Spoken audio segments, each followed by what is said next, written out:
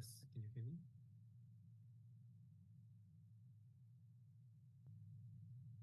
Yes, can you hear me?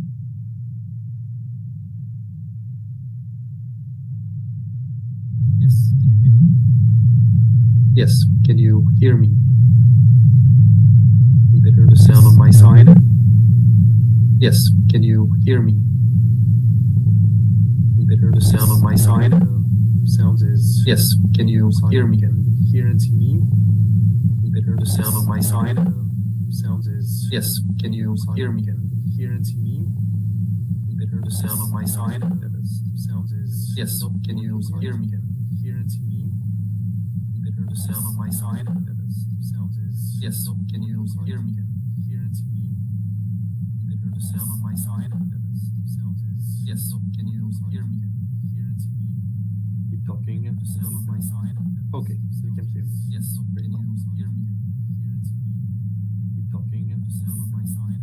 Okay, I can hear you now. I guess that's the other way around now. Okay, I can hear you now. I guess that's the other way around now. Okay, I can hear you now.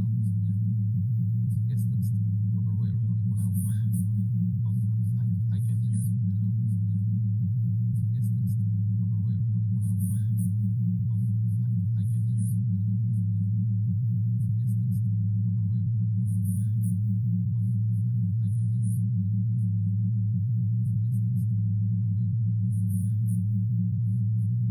hear you now.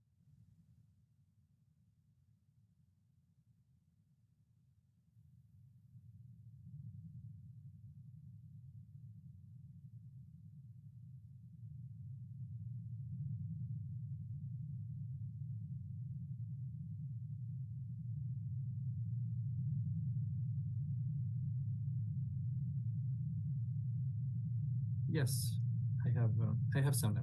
Wonderful. Yes, can you hear me now? I have sound now. Wonderful. Wonderful. Yes, can you hear me now? I have sound. Basic. Wonderful. Wonderful. Yes, can you hear me now? I have sound. Basic. Wonderful. Wonderful. Yes, can you hear me now? I have sound. Basic. Wonderful. Wonderful. Yes, can you hear me now? I have sound.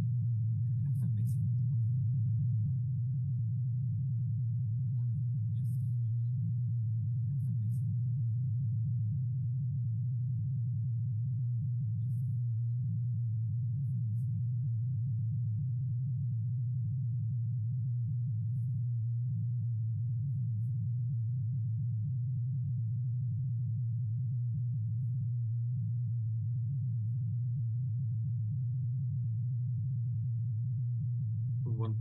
Wonderful.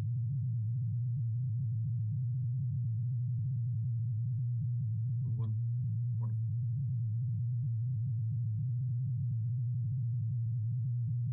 One. Wonderful.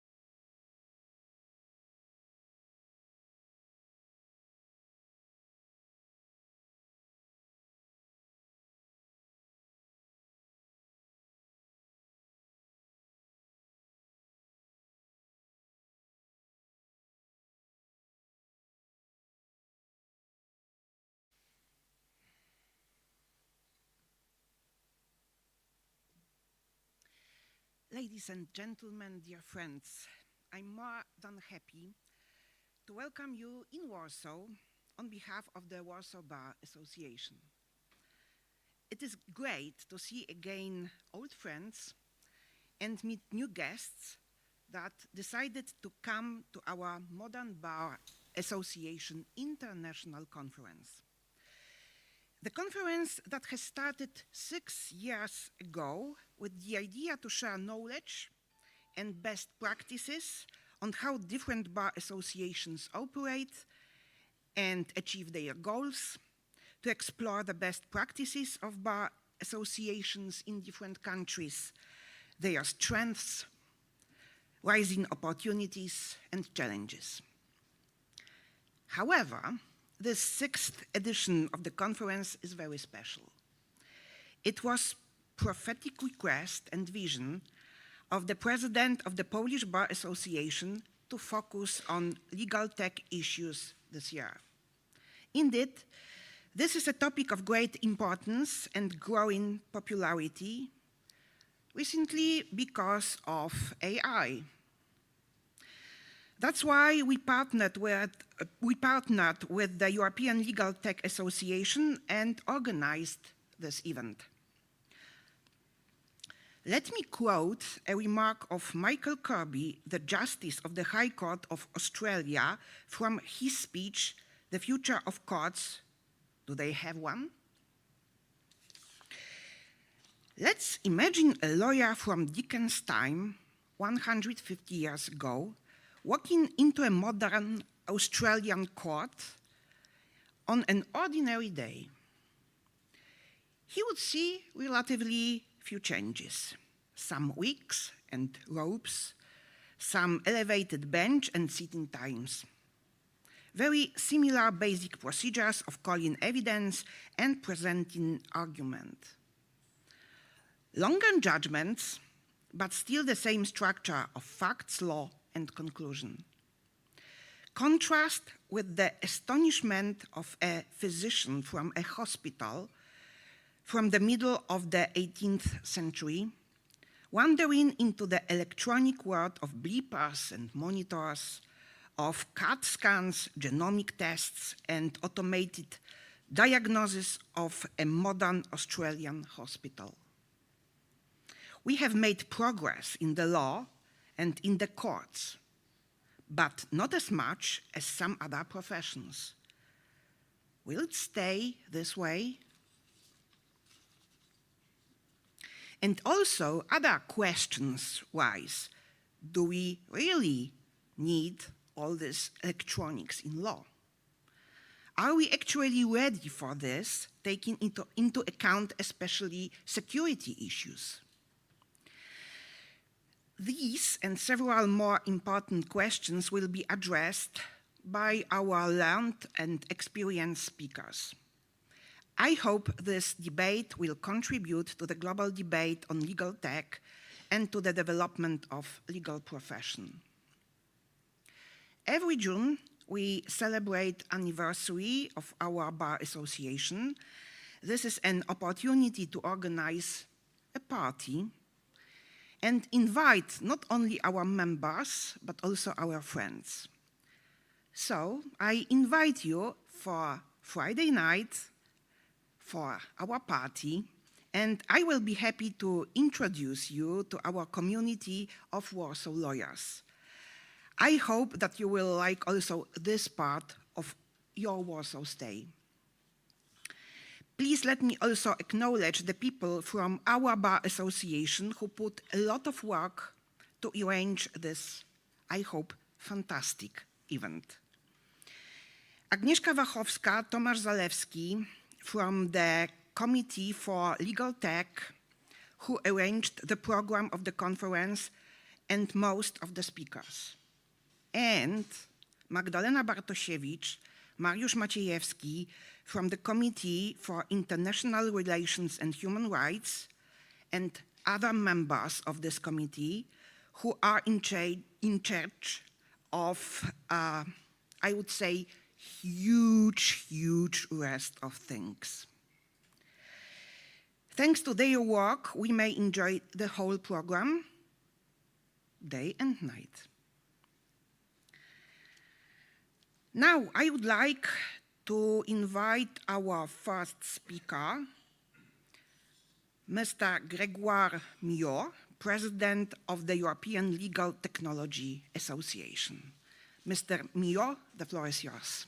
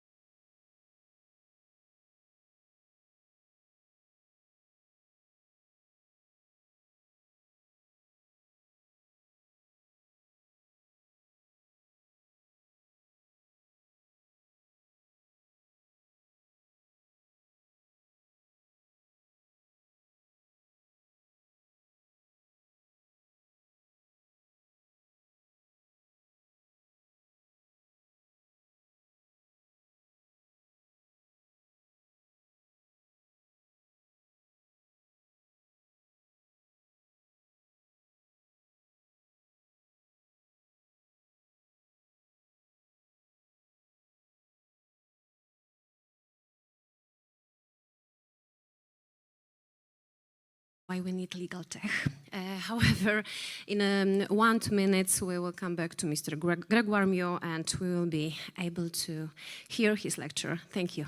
Listen to, sorry.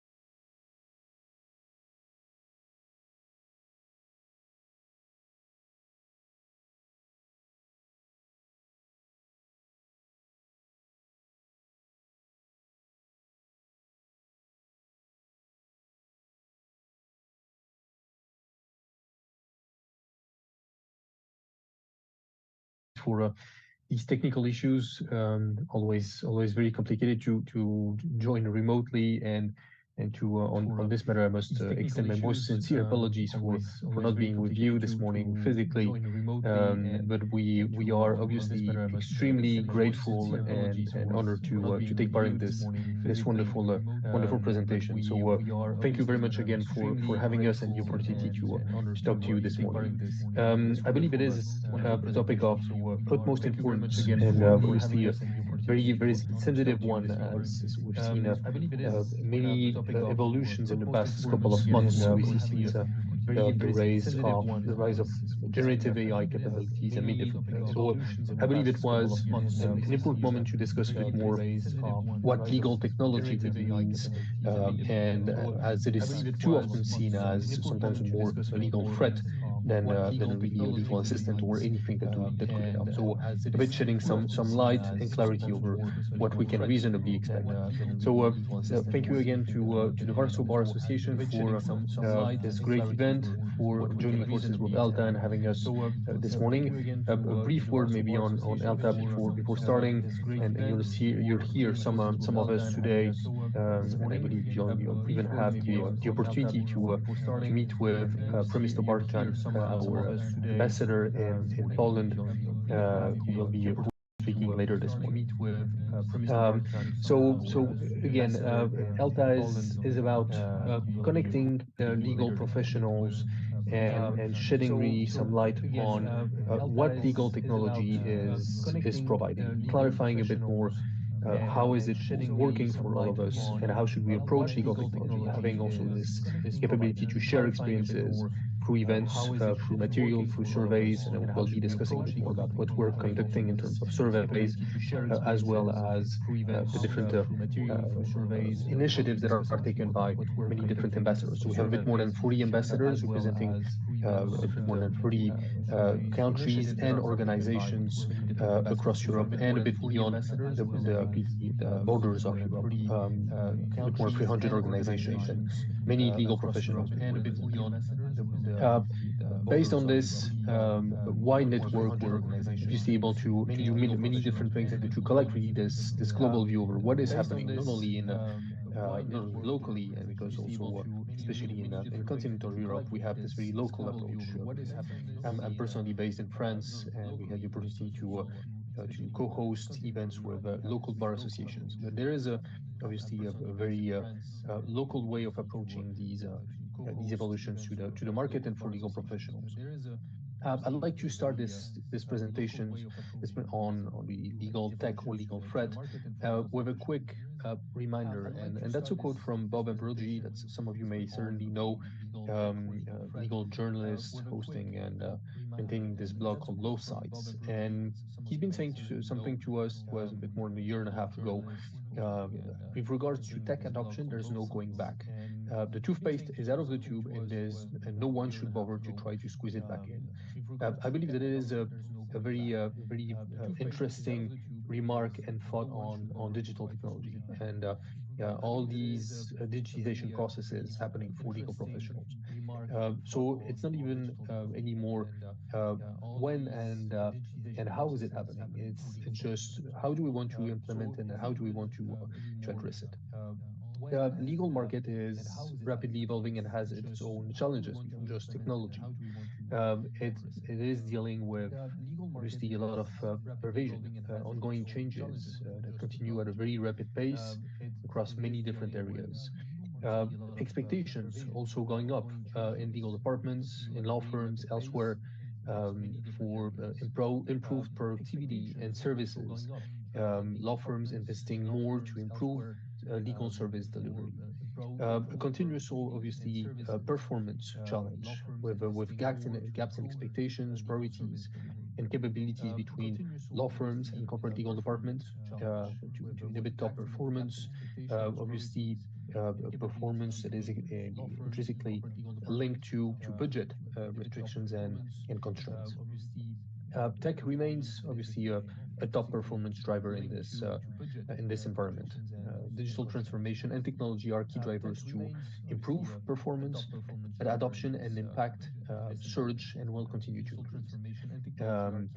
And obviously, in this context, a lot has to also to do with who is doing the work in legal departments, but also in law firms. So a huge demographic change that we're also seeing across the board. New professionals, new ways of delivering legal services. What we're also seeing, and that's maybe a bit more recent, is what we've seen here with the rise of AI a bit more recently, but even a bit before. COVID has its own impact. It was probably the biggest stress test legal professionals could ever have on their own organization, challenging how they were organized, how they were delivering legal services, how they were connecting with their own customers, with courts, and a bit in the same vein as Law and Order we had that was in 2021. Some of you may certainly have seen this. A lawyer stuck on Zoom with a cat filter on his head and being unable to remove it. So recording is probably hilarious, but it wasn't certainly for this hearing court that happened in 2021. This is probably something that really didn't have significant impact at that moment. It's just the illustration of how complicated going full digital may have been for some professionals overall across the world during that period. But it certainly also illustrated how much effort was still needed to get there. Now, beyond really just accessing and working remotely and in with different contexts and different tools, there is a lot more of difficulty and obviously concern when it comes to the disorder that we're currently seeing. And obviously that's what we're seeing right now with lawyers using ChatGPT with all the consequences that this may have, with hallucinations and quoting fake precedents that wouldn't exist, and all the different things that also exist along the way with any kinds of lawsuits that will still rise in the next couple of months. A couple of days ago, we heard that OpenAI was sued for defamation after an hallucination effect of ChatGPT. So another interesting concern, and obviously some of you working on intellectual property matters may certainly have this in mind as well. Reported EU legislation to disclose AI training data could trigger a copyright lawsuit. Interesting thoughts as well. So many different things happening when tools not only analyze but start spitting out, start generating content as well.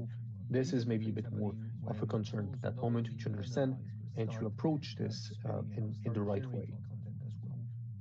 When we look at the perception of legal technology, this is really where we have probably the most significant impact, and it's interesting to analyze how we went from a certain level of digital maturity to the next stage for legal professionals. If we look at how legal professionals traditionally approach their digitization projects, it was probably something about aligning a legal management, their capability and their need to address a certain legal task and to align it with a certain level of technology. So the more complex the legal task, the more complex the technology that was needed to address it. Just before COVID, the normal stage would probably be a bit lower on this digital curve, probably around shared files and folders and some kind of centralized database for some professionals. This global stress test obviously forced everyone to move a bit up on this digital maturity curve with a smart dedicated repositories with a bit more of automation and alerting and reporting on information and their own data. So this is obviously the next normal that we've been seeing, and obviously professionals keeping to move forward on that side. What this also meant for legal professionals to move up on this digital maturity curve, the first thing it meant is really that they really changed the paradigm of how they approach legal technology. And maybe even you have experienced that feeling and this change in your approach. They're not anymore aligning a specific legal task to a specific level of technology. They were aligning how much productivity and efficiency they were gaining versus how much time and money they were saving at the same time. So it really a huge change with a more ROI-based approach to technology. This was maybe, and I believe, the first effect of moving up on this digital maturity curve. The second effect, which is a bit more subtle and not least interesting, is how somehow this move got everyone a lot closer to technologies that seemed a bit blurry, at least unclear to everyone. So the most advanced tools, maybe niche solutions, a bit more technical to address unstructured data, and obviously any kind of AI tools that were already available back then during COVID time. Uh, I'm sure the vast majority of you today have had to deal with force majeure clauses during that period. Everyone has been looking for that clause. And indeed, there is no many ways of finding force majeure clauses in hundreds or thousands or tens of thousands of contracts if you don't have proper tools and if you're not willing to review this manually. So somehow it made all these new technologies a lot more tangible and concrete when it comes to addressing that market. But at the same time, and during this same period of time, from the early 2015s till now, the acceleration went up when it comes to digital solutions, to new technologies. And the biggest concern is that somehow it outpaced the evolution of the maturity that legal professionals were developing at the same time. And in the same way, the complexity of the market evolved at the same time. When at the same time, what lawyers were expecting was a lot more of simplicity and understanding. So legal tech providers were complexifying the whole market when simplicity was really the expectation. Um, I'll be quoting here global survey conducted by Voltus Kluwer. That's the 2022 edition of this survey called Future Ready Lawyer. Very interesting numbers from this survey. The first one of the numbers that came up are these trends with the most impact. The question was, which trends do you assess will have the strongest impacts in the next 3 years for legal professionals? And there's some kind of a common agreement around these five trends that rate around 78 to 79%. The first one is obviously an increase of importance of legal technology. Second one, not coping with increased volume and complexity of information, growth of alternative legal service providers, meeting changing client leadership expectations, and an emphasis on improved efficiency and productivity. All these five trends being the most impactful for legal professionals. At the same time, and an interesting fact beyond these numbers are the smaller numbers that you have below each of these trends, around 34 to 36%. And this number is the level of preparedness assessed by these same legal professionals answering the question. At 80%, they expect technology to become a lot more important in the next 3 years, but only 35% consider themselves very prepared to address this situation. If we look at here at another survey conducted by EY, same thing last year on really also business priorities. The interesting fact beyond the pressure and the growing pressure of the performance and decreasing budgets, and that's maybe a bit more on the legal department side, is how to meet business priorities for legal departments that are transforming their operation model. And in the same survey, 92% of companies said that they were changing the way legal function operates. And I personally believe that this number of 92% is absolutely astonishing. How could we possibly imagine that pretty much all companies, except only 8%, could reinvent, could change radically the way they provide internally legal services? And the way they are positioning legal services internally is through implementation of tactical solutions for specific problems. So vendor management, process optimization, tech implementations, that's for 50% of them, re-engineering the in-house legal function. And this comes also with this demographic change that we're seeing overall, and considering outsourcing some aspects of the legal function. And this is also fairly relevant and interesting, as we're seeing here how somehow the legal food chain is a bit going the other way around. We've seen this for now quite a long time. Law firms leading a bit the way, but now with more pressure on legal departments putting a lot more pressure on their external counsel. What we're seeing here as well is how legal departments have their own challenges with their own data. What we're seeing is 94% of them do not have proper structured data. And at the same time, they also assess that they're spending too much time on low added value work. Same study, this one was conducted with Harvard Law School in 2021.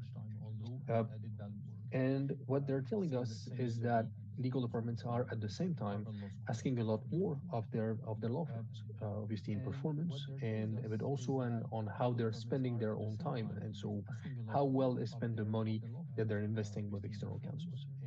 Back in 2020, 80% overall already asked or were planning to ask to the law firms if they were using technology to deliver their services. 41% were already asking. This number raised to 70% of legal departments already asking to the law firms if they were and how they were using technology. Overall, this number is now up to 97%. So pretty much all legal departments are requesting and want to understand a lot more and to get transparency on how technology is being used for delivering of legal services. This comes also with this pressure and this discussion we had on the new legal functions and demographic changes happening at the moment pretty much everywhere in legal departments, in law firms, with also new types of legal providers coming up. We'll get back to that notion. New legal functions, and I wanted to list here a couple of job titles that I've seen during the past year for legal professionals involved with some kind and some level of technology. Legal tech specialists, legal innovation strategists, prompt engineers, and I've seen a couple of law firms hiring new positions since the beginning of the year on that topic. Obviously, extremely related to generative AI. Legal operations is one of them, very much focused on optimization of processes and digitization. legal solutions architect, or just legal tech project manager. So many of them disrupting how we are seeing a new population and new types of profiles joining legal teams overall. What is interesting as well is the background of these same professionals joining. Not always coming from traditional legal paths, not always with a legal background, not always working or having worked in a law firm or previously in legal departments, but coming a lot more from project management functions overall, understanding how the relationship should happen between the business, the customer, and the provision of legal services. Approaching this, we're also understanding that there's some level of automation, and if we were to assess overall how are we positioning technology versus what legal professionals are doing, we should have something like a scale of this kind, opposing the skills and complexity from very simple skills, transactional and very low complexity, to the most advanced, requiring really autonomous judgment, emotions, and the most technical and specific in complexity. So obviously, really the core of the human capability and its real added value relies on the top right of the scale. Autonomous judgment, the overall strategic part of what we're analyzing, and really being able to capture the complexity of a situation. On the other side of this same scale, what we're seeing is that anything that is rule-based, pretty much transactional, binary, with extremely basic and standard task and complexity, this is typically what we want to automate, really in a very basic way, with a decision tree, assuming that we are just trying to populate fields in the document based on information that is collected somewhere. That kind of level of automation. So how much space does that leave for what we call artificial intelligence? And we'll again come back to that notion. Artificial intelligence is probably in this in between, and no debate in saying that it is obviously an area which is growing and growing very fast. So this means that somehow the future of technology is relying somewhere in between, growing in between, and getting closer to human skills. Deliberately on this scale, I'm not illustrating an overlap between what artificial intelligence is doing or has been doing or will be doing with human skills, because I intimately believe that we're just filling a gap between very basic automation and a bit more of advanced task, but not overlapping with the real and true nature of the added value of legal professionals. And we're just here getting smarter assistance in the delivery of legal services. This is really what this is about. I'll go back to a small anecdote that was a few months ago. I live in Paris, and I was out in the streets. It was a very rainy day. I couldn't find a driver for my usual apps on my phone, so I just hailed a taxi in the street and hopped in the car, greeted the driver, and told him where I was heading. He seemed to know very well how to go there. Seemed like an elder driver and very experienced. And I was assuming somehow that he would launch a navigation app, considering the long drive, rush hour. But instead, and surprisingly, he just followed his instinct and told me he'd been working as a taxi for the past 25 years, so he was fairly competent. Internally, I just thought, well, I should trust a driver of this experience. Yet Paris is constantly changing, traffic is getting worse every day, construction sites are popping everywhere, and although he'll get me there, and I have no doubt about that, I would probably feel a lot more confident if he had used the modern tool to enhance his already great knowledge of the city. And in that case, the application is not replacing the driver. The app isn't perfect as well. So what I'm hoping here is, in a rapidly changing context, I'm paying for a professional who will enhance his expertise with a tool that can allow him to anticipate situations like a traffic jam, because this is not something I'm reasonably expecting from him. So I'm not here really caring about taking the longest route. What I want is my ride to be efficient, time-wise and cost-wise. And I'm sure now you understand where I'm heading with this. In this context, the most important aspect, and because it has also to do this comparison with a taxi driver, with also legal professionals, because at the same time as legal tech tool would be using data from legal professionals, the application and the driving application for guidance for its driver is also using his location and his patterns in driving and analyzing how he is driving and how fast and where and which conditions. So this means also one very important thing. That's why also I wanted to illustrate this with a very complex engine, is that everyone should understand that in that context, there is no smart software. There's only smart data. And and that's really a powerful thought because there is no way we will be delivering to the market new technologies and new tools that are just naturally smart. We have tools now, and especially in the era of generative AI, that have very good capabilities in writing. They have very good capabilities in extracting and providing information and transforming data into something else, a bit more structured, a bit less structured, a bit more detailed, or in any other way, or from a text to an image. So this is an amazing capability. It doesn't mean that it's smart. It just means that actually it has the ability to process very fast data that is provided or that is already collected. This takes us to really the concept of transformational technologies for legal professionals. And I'm going back to this same survey from Valtus Kluwer last year on the impact of transformational technologies. Um, they were asking to legal professionals how they would assess these technologies. So from blockchain to big data to machine learning, how all these technologies would have an impact in the next 3 years. The most relevant one is how it went from 2021 to 2022 from 70 to 80%. And the most remarkable part is that these answers were collected even before generative AI was released to the market. So it does not even this rise doesn't even illustrate the impact that we're currently seeing with this huge wave on generative AI. The other very relevant aspect is the level of understanding, which is the number that you have in light blue below. Out of 80%, assuming that AI will have the strongest impact on legal professionals, only 34% assess that they understand very well these technologies. So it also illustrates somehow the gap between the complexity of these solutions and the level of understanding. And I believe that the conferences like the one we're currently having today contribute greatly to spreading at the same time clarity, transparency, and understanding over these technologies. And I've seen great speakers and great topics lined up for the rest of the day. So diving a bit more on this concept of artificial intelligence, and I see in the agenda many topics on that side.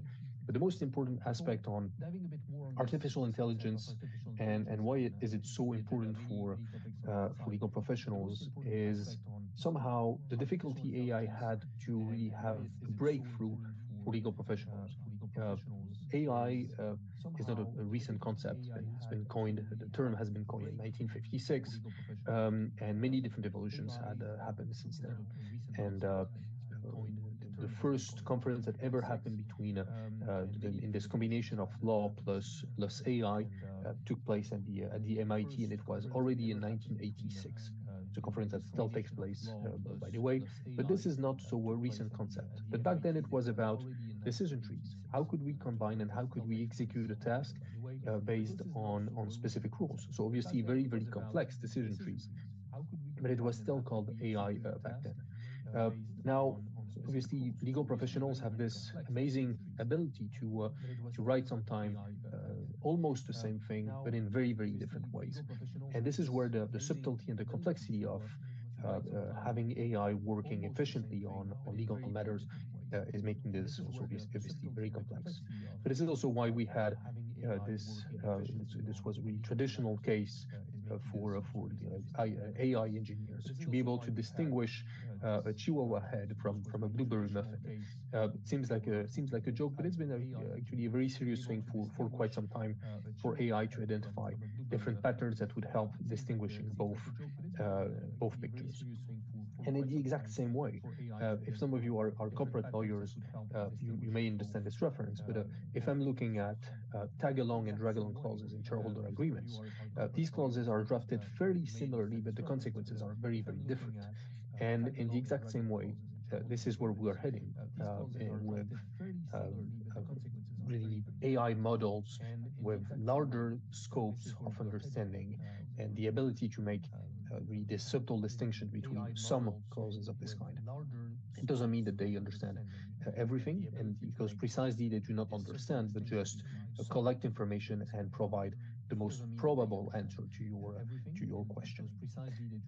With AI comes also a lot of anxiety, and we're back to this concept of legal threat, and also because the whole taxonomy around AI, and especially around generative AI, provides words that are a bit disturbing or a bit concerning, especially when we talk about, for example, neural networks or just intelligence. Just the word intelligence is a bit of a concern, um, and because it obviously tends to make us think about what we could call general artificial intelligence, which would be some kind of vague concept of a sentient AI that would feel emotions, that would understand the complexity of the human being. And fortunately enough, we're not anywhere close, and not for this foreseeable future of anything of this kind.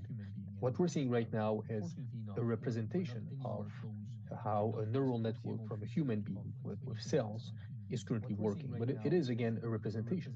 It's a technical representation with formulas that help us somehow replicate and mimic the way the human brain is working, because it's amazingly conceived and we want to replicate this great agility. But yes, it's only about the technicality of it. And we should also understand that the difference that exists between a real human neural network and a technical neural network, as we have in artificial intelligence models, has pretty much the same similarity between a bird wing and a plane wing. And this is because we've been trying to replicate and just trying to illustrate and get the best out of how nature was creating things. But somehow, what we're seeing at the moment is really how we're just creating probability out of information. And I believe that's also one of the key messages today on artificial intelligence, especially around generative AI. What you're seeing is not creativity, it is randomness. Uh, Probability of an answer with some level of randomness on the answer, to make sure that you always have unique answers to what you're requiring of generative AI. We are conducting, we've been launching this survey, was a bit more than 2 weeks ago, and I just wanted to give you a sneak peek of the results that we are collecting so far from our audiences. We have a bit more than 100 lawyers that have answered to this generative AI survey that we're conducting.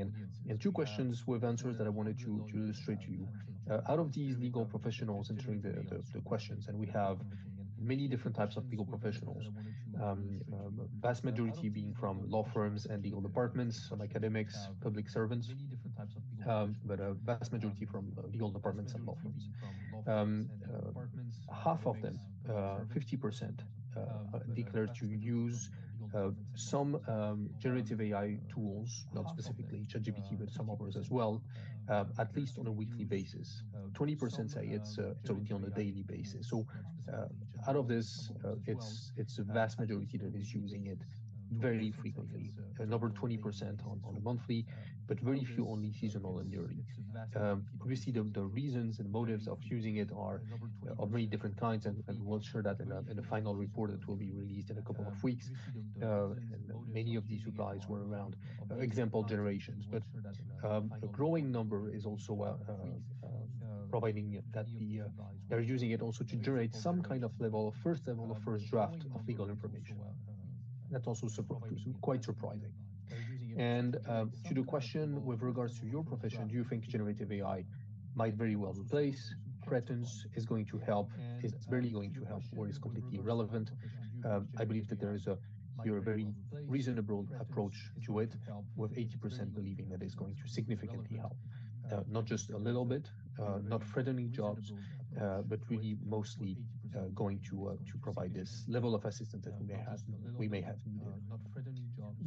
The interesting aspect here, and we're back to the reasoning around what AI means, generally speaking, for legal professionals. When we've seen the first technologies and self-driven cars coming up. No one ever saw a robot behind a wheel that we try to train to steer the wheel in certain directions and change gears. What we've seen is a car that embedded technology to help it drive. So, and I believe it is pretty much the same thing for legal professionals. We're not trying to create artificial lawyers. We're not trying to create robots that are replacing and doing exactly the same thing. We're trying to train models to understand a lot more what this is about and how it is supposed to work. You're certainly familiar with Richard Susskind. He has written a book with his son. It was a year and a half ago on the future of professions. Very, very relevant, very interesting book. And one part is around what they call the AI fallacy. And their definition is really interesting, as they qualify it as the biased and mistaken assumption that the only way to develop systems that perform tasks at the level of experts or even higher is to replicate the thinking processes of human specialists. And this is very interesting because even though it has some level of a mimic of replication of the imitating what a human being is doing, it's first about collecting information and being able to provide in a different way the same information. It is not really here about just doing exactly the same thing as much as we would put a robot behind a wheel in a car. Uh, same story here, and we're getting close to the conclusion for sake of time. I don't want to exceed my time here. You may have heard of this story that was told quite some time ago, many different conversations and many different presentations. It's about supposedly the CEO of Power Tools, Black and Decker, that once for a board of directors presented on the screen a picture of a power drill and asking if this was to the rest of the directors if this was what they were selling. So there was some hesitation in the crowd, and eventually all of them started agreeing and nodding and saying, yes, well, this is our most recent power drill. It is extremely efficient. It has many different capabilities and high customization and great autonomy and performance indicators and ease of use for our customers. It's actually our most sold tool. And what the CEO of the company said is, well, no, this is not what we're selling. What we're selling is this. We're selling the hole in the wall. And that's maybe a bit the concept here of what we're discussing. I believe that everyone is focusing currently on the technology in itself, as if it was the end. But maybe just what we're discussing here is how this is also getting us to deliver things differently, as much as we have smarter technologies and smarter applications for drivers to get us more efficiently somewhere. We're having technologies that help us provide this hole in the wall for our customers, or just maybe beyond the hole in the wall. Maybe what we want is the frame on the wall for our customer, because really this is really what the aim is at. So an interesting thinking about really uh, uh, what technology can be, but not just as an end, but more as a mean. I'll finish here on maybe an important concept as well, because we're seeing raising concerns around provision of legal services and practice of law, and fortunately enough, in civil law countries, has a very different approach to common law countries. It is evolving a bit differently, and this is also why alternative legal service providers over the past couple of years had obviously a harder time implementing themselves. But we're getting at a point where obviously, and now more with technologies getting in legal departments. So just from a business to business perspective, and not just to consumers, which is also a different approach. But we're seeing here that the traditional legal services collaborating with in-house legal work, or just maybe even to consumers, is getting in somehow of a conflict with the legal work optimization services that we're seeing overall. And we certainly will see in the near future more cases, more precedents and jurisprudence on these parts, as obviously law firms are trying to work a lot more legal departments to have them optimize the legal processes in-house. But providing and structuring, for example, contract playbooks is extremely relevant. But now seeing new tools doing this, or alternatives, legal service providers getting in that arena, we're seeing this overlap in here, which is obviously very interesting. Also, legal technology providers getting in that sense. We've heard obviously of American companies trying to structure consumer-grade artificial intelligence that could help you at the signature process. And let's say you are just electronically signing a document, a lease for your apartment.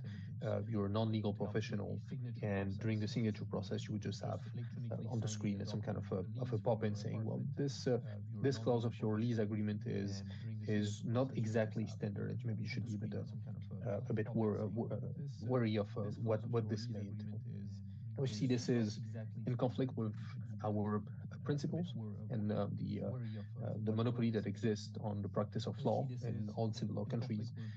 This is something that's been around for a very long time. I believe that we certainly must have a very reasonable approach of understanding how computation is going to take place. I think we're still at the very early stages of these evolutions, especially around generative AI capabilities. This means certainly that we are looking at more. There is a general principle that somehow with new technologies, especially the very disruptive ones, everyone is overestimating the short-term impact and underestimating the very long-term impact that it will have on our profession. And I believe that this is somehow what is happening at that moment. The overestimating of what we're seeing at the moment, because we don't know yet how it will look like. We're heading in a period where regulation and the legal framework is going to be enacted for artificial intelligence, and this is brilliant.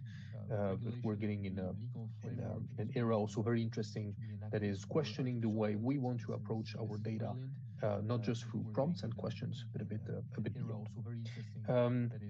This is what I wanted to share with you this morning. I hope I haven't exceeded too much the time that was granted to me. I would again would like to warmly thank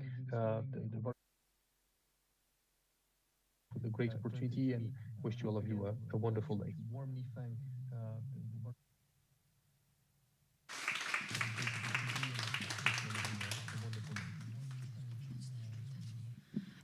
Dear Gregoire, we would like to thank you very much for your very interesting lecture. I assume that you have a little time to maybe hear some additional questions from our guests to you. So our guests, if you have any additional questions, this is the right moment to ask. Anybody? Okay, so Gregoire, thank you once again. Thank you for your time. We really regret that you are not with us today, in person, I mean. However, thank you that you decided to be with us online and present this very interesting topic and what we can anticipate in the future if it comes to legal tech in our profession. And dear guests, so maybe let's take a little break, a coffee break, and please come back at 11:45 and we will then start the first session. Thank you.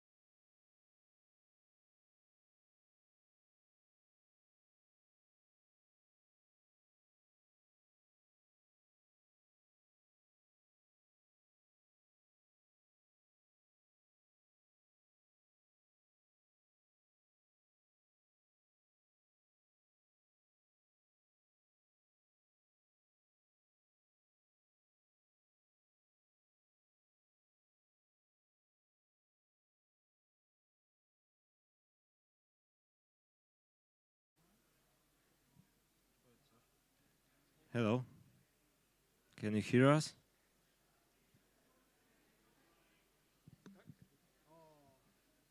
Okay.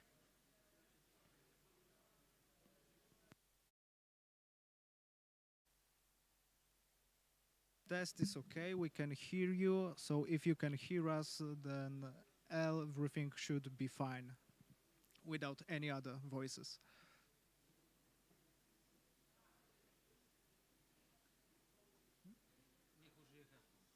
Use your headphones, please.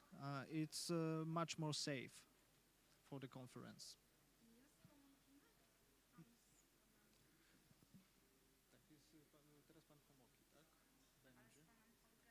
A pan Holger, tak właśnie z nim zrobiliśmy próbę i jest ten, ale najpierw pan Homoki. Yeah, it's perfect. It's perfect. So we are ready. We are starting at 12:25.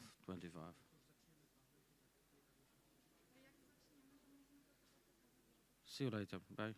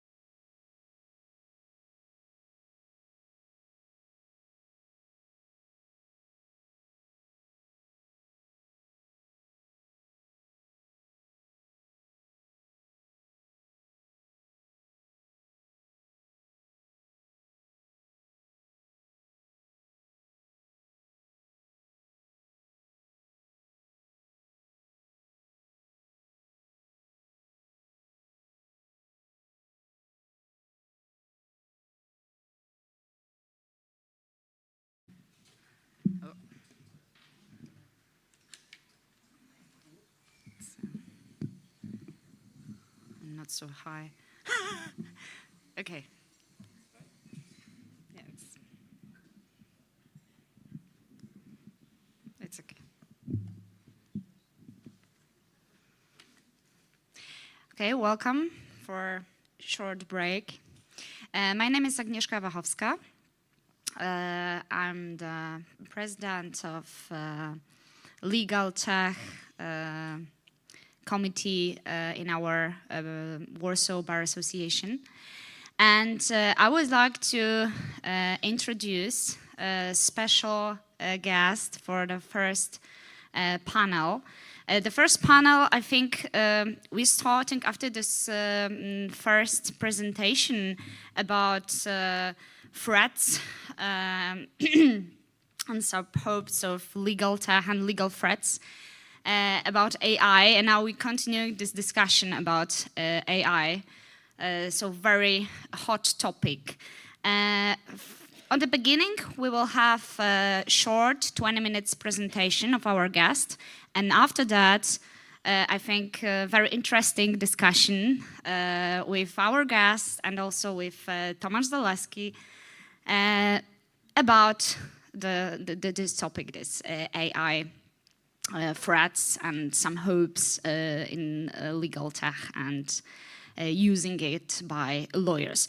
So I would like to introduce my guest first, Peter Homoki, a managing partner, Homoki Law Firm from Hungary. Bianca Recolta, member of the Council to Bar Association from Romania. Regina Bondarenko, CEO Pravanam from Ukraine. And also Holger Scheuge, board member, European Legal Technology Association, who will connect with us online. So, as I understand, Mr. Holger could hear us. Yes, could you confirm? Yes. So he's online with us and will present a presentation online as the last one. Okay, thank you very much. And please, Peter, welcome to present your presentation. Thank you, everyone. I don't know how could I start. I mean, this button is not starting the presentation, but oh, thanks. Now it's working. Okay. So I have just 20 minutes, and I really am sorry I will not be able to tell everything in detail, because I did lots of work and research in this area. So please feel free to come to me and ask me. I'll be here in this conference tomorrow as well. Thank you for the invitation, and let me start with the presentation. So I was the chairman of the IT Law Committee in the Council of Bars and Law Societies of Europe, and we did a large research in AI in general between 2010 and 22. And I would like to ask you that if you are interested in more technical details, please take a look at by lawyers and law firms, which was published by the Council of Bars and Law Societies of Europe last year. Of course, there are already some changes because in this area, really last year was very significant in terms of changes. Since last November, everything really has changed, and what's best is that people have suddenly realized how important the whole AI field is. And I would like to discuss large language models here, which is a branch of the use of artificial intelligence, which has been shown, as you will see in the slides, to be very interesting and relevant for lawyers, not necessarily directly, but by way of using technology. And I did a couple of experiments on how a law firm could use these technologies. You can find these experiments on my website, which is also on this slide below. So if you are interested in the technical details, please also check out the English language blog on this website, because you will find interesting links there. So I will start with a short technical explanation what large language models are. And of course, it will not be very much detailed because we are lawyers, and I'm also a lawyer. I'm trying to show you this as a lawyer and not as a technical expert to other technical experts. But we can already see that there are some opportunities for lawyers and there are risks that we have to be aware of in this field, and I try to emphasize this. And there are also differences, in languages, in terms of languages. How can we use these tools? What are our opportunities as non-English speaking lawyers? Because that's very different. What the law firms working primarily with English language, how they can use these tools, and how lawyers outside of the English-speaking countries can use these firms. The capabilities are very different. So just a very short, brief introduction on these large language models.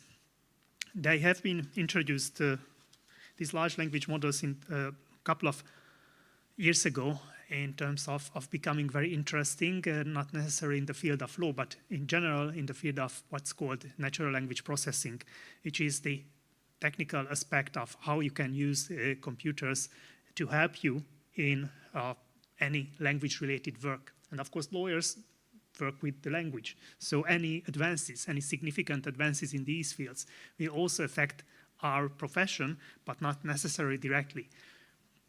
So usually it's by way of the automation of our work that these large language models will change what we can do with these. So of course, these large language models, they are working with numbers, not necessarily text. So the first step is to try to convert the text into numbers in a way which retains as much of the meaning, as much of the context and semantic meaning of the words, so that a language model can work on it. And language model gives a probabilistic outcome, gives based on these neural networks built together. You can see it like it's I don't want to really go into the technical details. It's described in the presentation. If you download it, there are notes also there. And I will also give a more detailed explanation on this on my website. But the point is that artificial neural networks are used in a way that, by way of working on a huge amount of text, they create the probability values based on what's the input text, what's the input that we give to the model, including the instructions and other contextual information. They try to find out what's the most probably response that the user is trying to get. And the end is, that so the input text is, in this case, the most simple use case is that we just start a sentence and ask the language model to finish the sentence to us. That's the basic way of how these large language models work. This is what you can see here is just the specific large language model, which is the most popular and best known. This is GPT-3 from OpenAI. But that's also, an improved version of this is behind ChatGPT, which has been so successful since last year and even this year. But it's not necessarily the same. The working method is quite similar of these what are called decoder-only transformer models. So actually, the input is turned into numbers, and then you receive a probability of what's the next word part or word, which they call this a token, as the most probable answer. As you can see, the output will be turned back into the text, and there are also probability values, like if we use the starting sentence, that the most probably ending will be. Most lawyers are not involved in this case, and that's what's presented to the user. Of course, in itself, it does not really look like a very exciting proposition. So that's why I'm trying to explain to you how these language models can be turned into something more useful for law firms. This slide is showing you that there are many, many different large language models now. The gray one, the gray tree part, is showing the specific branch of large language models which I've been discussing and where like ChatGPT and the related models belong to.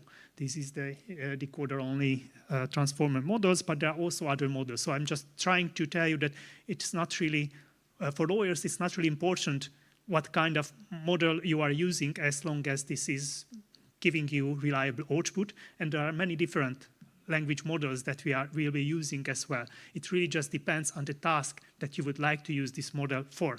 And also, during many of the discussions, you may be misled that one of the language model like GPT-4 is really the solution for everything.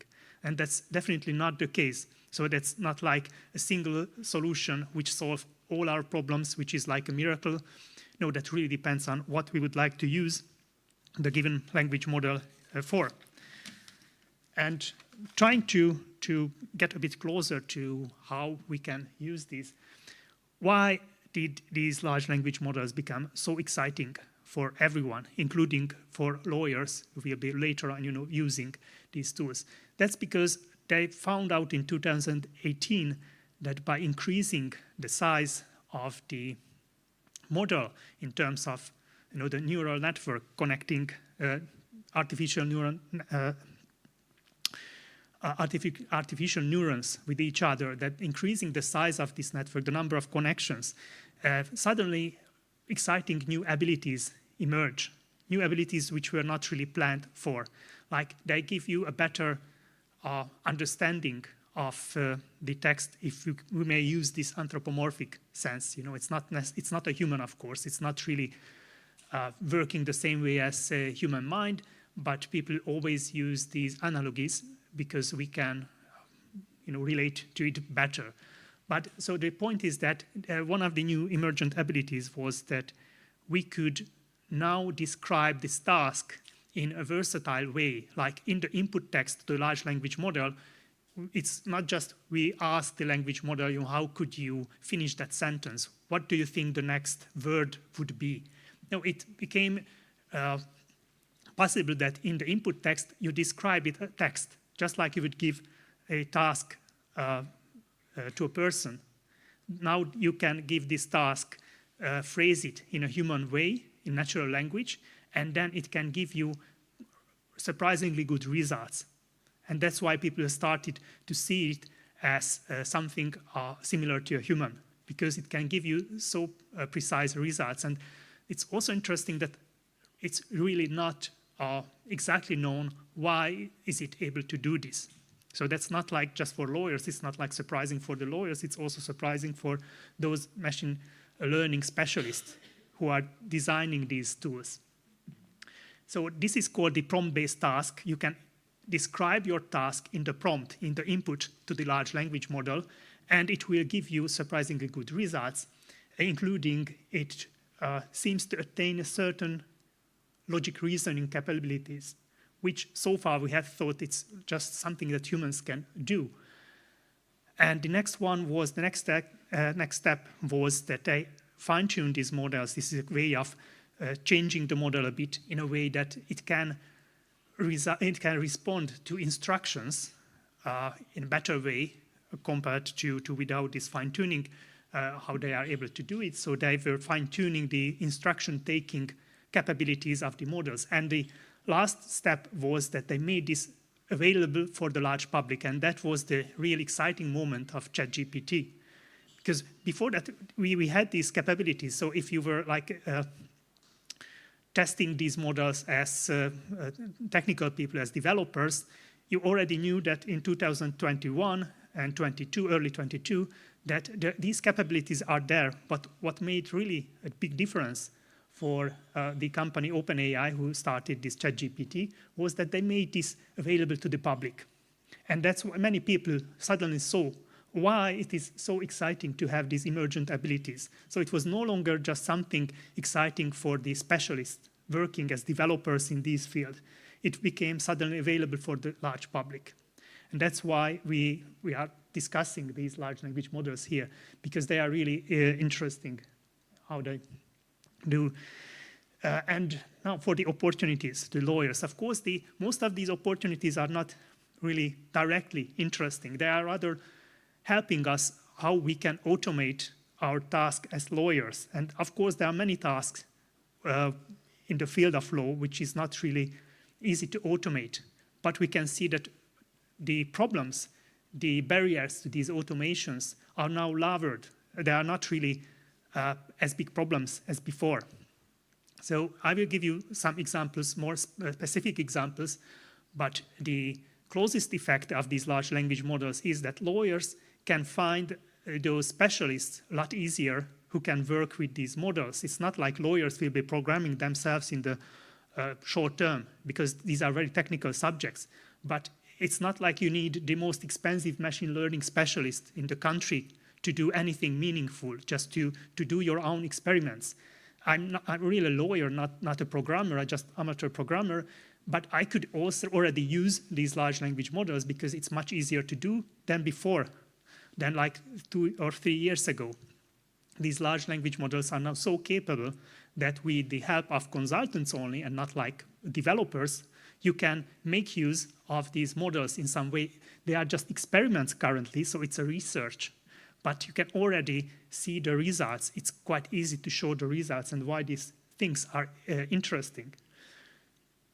And yeah, that's also, I will give you some example of how we can replace more complex software and less reliable software via these large language models in a way that we can use these tools in our everyday work. We can try using these tools. Yeah, and I will give you the first example here is just to show you that it's not just finishing the sentence that these large language models are good at. In the example, the left top side example is just we are asking the language model via the input text, just please label me the following 3 companies. How would you categorize them? And we just describe the text. That's the prompt you can see on the top, which is telling them that, okay, try to categorize these companies like Apple and Facebook. And we give it an example how we'd like to, finish the sentence that's in the first run. And if it does give interesting results, like it tells us that I think Apple is belonging to the technology category, Facebook in social media and those kind of things. So this is what's called by the natural language processing specialist. This is called the classification task.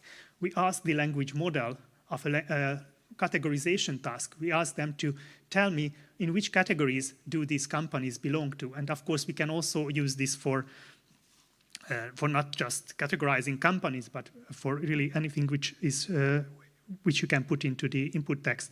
The second example is, the instruction is extract the keywords from this text. And then you give you the text. It's like summarization, that you give the text and it will give you some kind of summary. What is the keyword within that? And what's beautiful for us is that it's so easy to tell within the input what to do. You don't need to fine-tune the model via hundreds and thousands of examples. You don't need a specialist to make it work for you. You can use it yourself. Of course, it's not easy in practice to do that, but the opportunity is there. The next example is even more exciting for me, of course. I worked a lot with contract automation.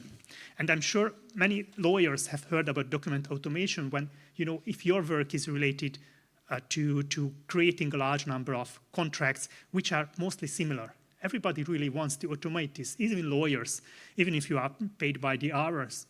It's a very good idea to provide automation of the contracts, because you can make it better quality, or you can provide a larger amount of contracts in the same amount of time. But I'm using Hungarian language in most of my works, and I have to automate Hungarian contracts.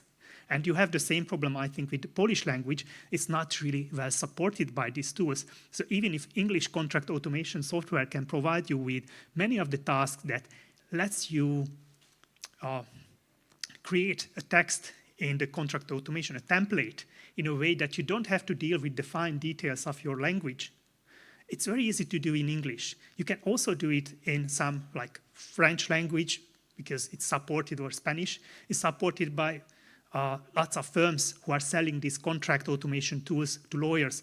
But even the Polish market is a lot larger than the Hungarian, but even for that kind of size, it's small.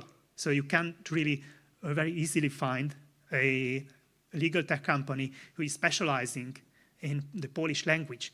And then it means you have to, yourself, you have to formulate all these changes. Is it like he or she? And then you have to change, of course, the ending of the words according, even if it's just a sample, it's a very simple transfer a sale agreement. And then it becomes quite difficult for you to formulate the provisions, the clauses in your own contract in a way when there are two buyers, one seller, or two sellers, one buyer, two real properties that you are trying to sell, or just one, a single one. You have to program all these specifics into your contract, and it makes it really costly for you to automate. And above a certain cost, it's no longer worth automating itself. You rather employ somebody who is doing you this kind of menial changes. These are very easy to do changes, but for the computer, it's quite difficult to do. So you can have like software which is doing this. I was using for my own purposes, but it was not really reliable. I had to rely on a special extra program to do this kind of Hungarian changing the text into a way I would like to use, because I'm using provisions in the same, trying to use the same language across different types of contracts. And in one type of contract, you call them buyer and seller. And in the other kind of contract, you call them customer and contractor. And then you have to change the text, the provision. Or you have to have 5 different versions of the same contractual provision, which is a big problem if you have to change these provisions quite often. And that's really the case. Now, the large language models. This is GPT-4. And it's not really advertised, but it really works well in Hungarian. And although I don't know much Polish, but I'm quite sure it's quite good also on the Polish language, because it has been using lots of text from non-English text as well during the training.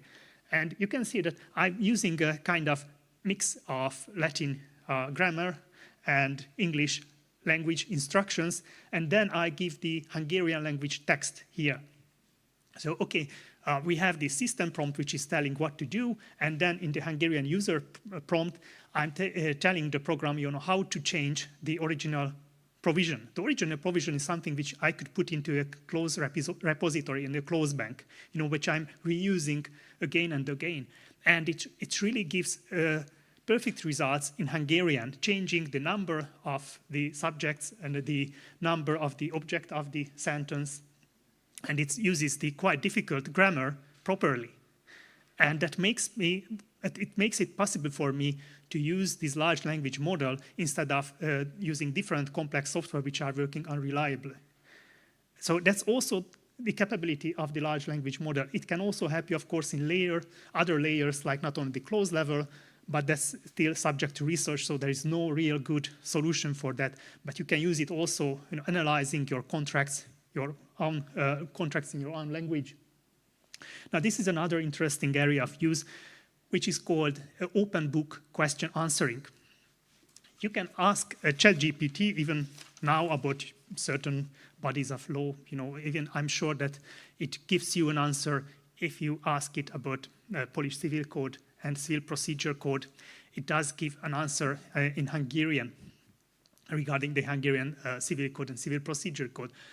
But these results are usually just convincing for lay people only. And that's also a big problem for ChatGPT, that if you don't really know the subject, it will sound very convincing. But as long as, if you start to understand really the answer, then you find out that it's not really a good answer.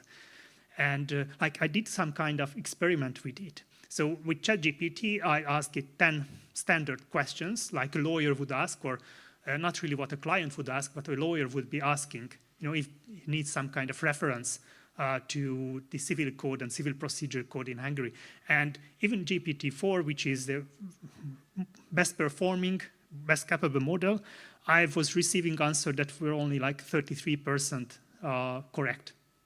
And then I use this open book question answering method approach, which means that first I turned the Hungarian civil code procedure and civil code and the Hungarian civil procedure code into what they call these embeddings into a text which is directly searchable in a different way. So if you are using ChatGPT, you have seen that it has a context length limit, which means you cannot really pass the whole civil code and the civil procedure code together in it, because that would make it easier to answer your question. Now the problem is, how can you use it for legal work if you are trying to make it as precise as possible and trying to give it the civil code, because based on the civil code you should give me your answer. Now, and this is the interesting part, and I can refer back to the blog here, that you can provide these embeddings, which are called the translation of the text into something that the computer can better use, and you use a different mechanism just to find a certain chunk, a certain part of your text, of the civil code in this case, and the civil procedure code, which is relevant to the question. So it converts the question into these embeddings, which we are using here. And we also converted previously the possible text, the civil code, from which they have to answer the question. And now we use a different mechanism to find that kind of text part which is the most relevant to this question, which we have just translated into embeddings. And then it returned this text part, and we feed this text part into the ChatGPT-4 model and ask it, okay, answer me this question based on this text part. And now the results were a lot better. Less hallucinations, like 75% results were correct, which just shows that it's a promising result. And it was also interesting for me to see what kind of questions are answered best and what are difficult questions. So, using different models, we have been doing some research into this. And of course, there are questions where you would need what is called the multi-hop answering. You would need some kind of answer from a different text part, and the next text part, like from a difficult civil procedure question. It's usually not like you have one part of the text which can give you the answer, because it's relying on definitions, which are in a different part of the text. But basing together, it can work in a way which gives you different text parts as well, and trying to answer the text. But now that's a different part, and I don't want to go into these details. It's a really interesting area directly for lawyers and even for legal databases, because it's no longer like using the old search queries that we are used to using in searching a legal database. It can provide you much better answer based on the semantic of the text. And here I get to the important point that it's very important for lawyers to be able to measure the usefulness of these tools. Because if you are not able to measure the usefulness of these tools, how precise the answers they give, how precise are they? If we cannot have a measurement on this, we cannot have a benchmark for these preciseness of the answers, then we cannot really compare the results of one specific technique to another. And that's why it's important for lawyers to have a certain, probably harmonized question set, which we would find useful if the tool can answer these tools. And then the technical specialist can compare their own tools. But without this kind of measurement, what's the correct answer, what's the question, we cannot really rely on the answers. We will not really know which is the better tool, what's the proper approach. And now going to the limits of usability, of course, the largest limit is related to language. So most of these tools, I don't want to go into technical details, but I have been referring to OpenAI's models previously, and that's the only reason is that it's the only tool that is really usable for the Hungarian language at the moment. There are lots of other models, and if you are reading the discussions of people using the English language tools, you can find already that they can make such tools work on their iPhone or on laptop computers without having to use some kind of server in the United States which is providing you with the answer. Now, that's not really the case for smaller languages, and that's a big problem. Also, similarly, even if you have these accessible US servers, they will not provide the same level of service in Hungary as they are using in the US. It's because there are different customized in a way where they can provide better answers or faster answers. You can give them larger text. So it's not really the same. The situation is not the same. And it's not an easy thing to do your own national specific language model. Like in Hungary, there have been last December, they have built what is called a pulley, which is quite a small language model. It's already very useful, it's very nice, but it's better to use the GPT-4 model for Hungarian language answers as well, because this pulley model is still quite small, but it's a good start. And they're trying to build a lot larger model, which is more capable model. So that's also a big problem. Technically, they could make it work, these tools, in other languages as well. There's not enough text based on which they can train these models in national languages. So the amount of language material needed for training is huge. So most of these best performing models would have to be trained lots of English text and then Polish or then Hungarian text as much as you have.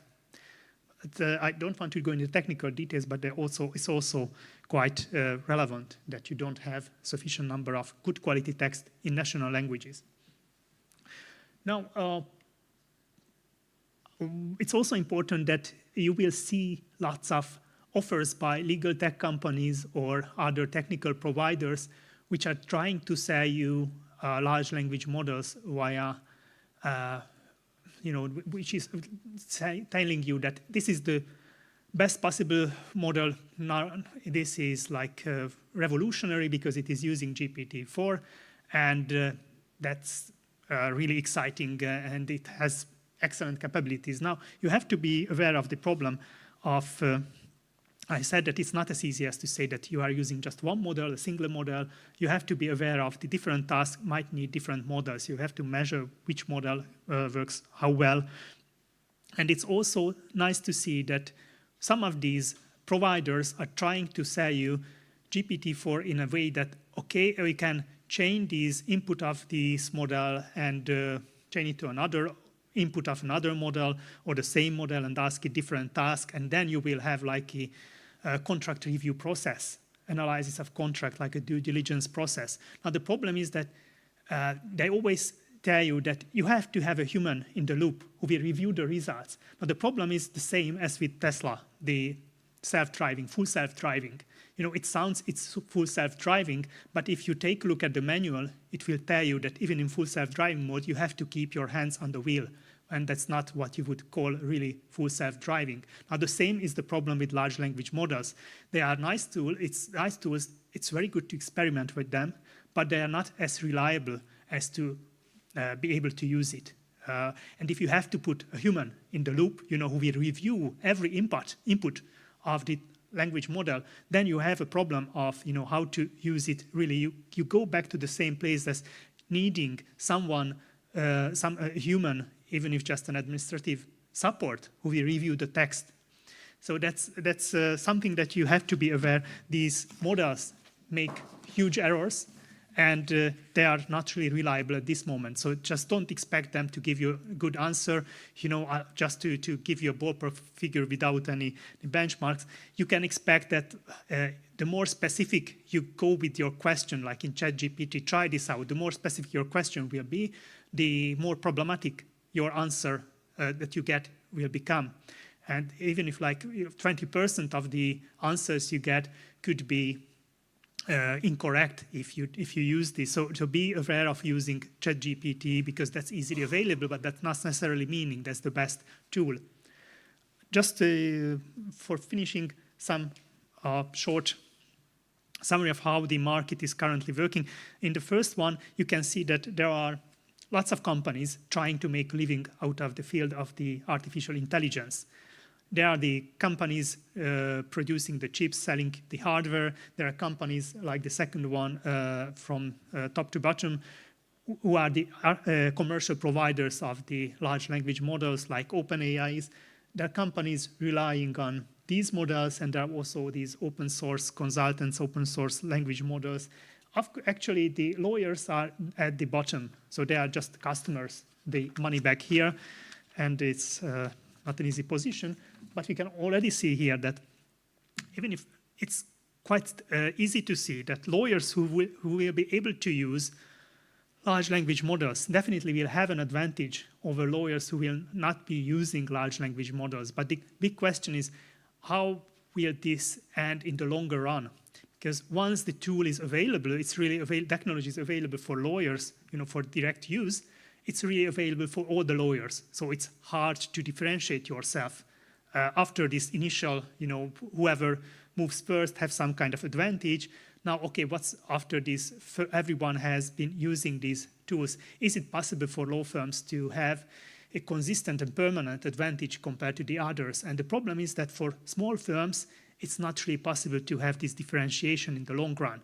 You can only have this differentiation if you build on your own capabilities. You build up a special knowledge, you build up a special distribution channel, access to clients. That's nothing new in this area. So for lawyers, for smaller firms, it's not really possible to build any kind of technical advantage in the longer run. For larger firms, it's possible, but it's also quite difficult for them because most of the data they are using is client data, and it's not really the law firm's data. So they would need to have some kind of license from the client to use their data in providing custom models, which can give them a competitive advantage in the longer run. But that's not really possible for small firms. And I would like to thank you for your attention, and I really would like to discuss with you any of these issues you have, and I hope it helps you just pick your interest in this field. Thank you.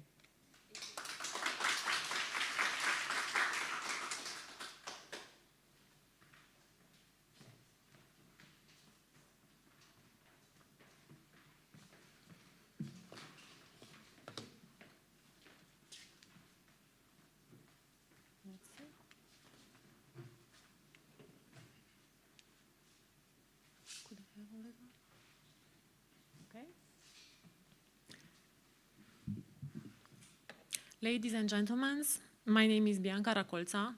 I'm from Cluj Bar Association, member of the council and 10-year experienced lawyers. I work in public procurement field and contract. My interaction with artificial intelligence is new. So my research tried to address my colleagues, not only big law firms that we have back in Cluj, but also individual lawyers that are affected of this AI promotion we confront lately. I must confess that on my way here, I changed the name of the presentation. You will see in the program, I initially called it The Impact of AI on Legal Services from Theory to Practice. But while I studied the materials in order to submit them for your debate, I came to the conclusion that in the field of artificial intelligence, the things are a little unnatural. So first we had the practice, and now the authorities are working on the theory because it's an urgent need to work on the theory. So I present myself today with the new title, The Impact of AI on Legal Services from Practice to Theory. Whether you realize it or not, artificial intelligence impacts our day-to-day life, from ChatGPT, live chat on our favorite e-commerce site, and facial recognition on our phones. Despite the fact that the legal industry's long-standing hesitancy to adopt new technology, AI is beginning to make its presence in our field, in lawyers' life. In thinking about long-term, it is hard to ignore this current avalanche of interest in artificial intelligence. Barely a week goes by and we and the press or social media talks about robot lawyers or AI-based system that is better than or has even replaced traditional lawyers. Let's explore a little bit what AI is and how AI can help or bother our activities. In this sense, I focused, and I will start with pros and cons for using AI for lawyers. First, AI can deliver significant efficiency and cost-saving benefits for our practice. AI can save lawyer time and increase productivity. Using AI to automate routine manual tasks help improve efficiency. When lawyers become more efficient, they can focus more time on the client's problem. Artificial intelligence provides a better client-centered experience. It can also improve access to justice. Artificial intelligence and machine learning have the potential to reduce the barriers to justice, most notably the high cost of accessing legal help. By saving time on manual and routine legal work, lawyers can reduce estimates and costs for clients. For example, lawyers can pass those savings on the clients if research that previously took 20 hours now takes only 2. I even found out that AI can reduce stress. It's true. Automation saves lawyers time that would otherwise be spent helping clients and taking on more billable work. AI can go through a document within minutes. While we still recommend having a human review to the data, lawyers can benefit from drastically reducing the manual effort of document review. When speaking of cons, I wanted to present you an example of a virtual secretary one of my colleagues back in Cluj uses. I put here some print screens.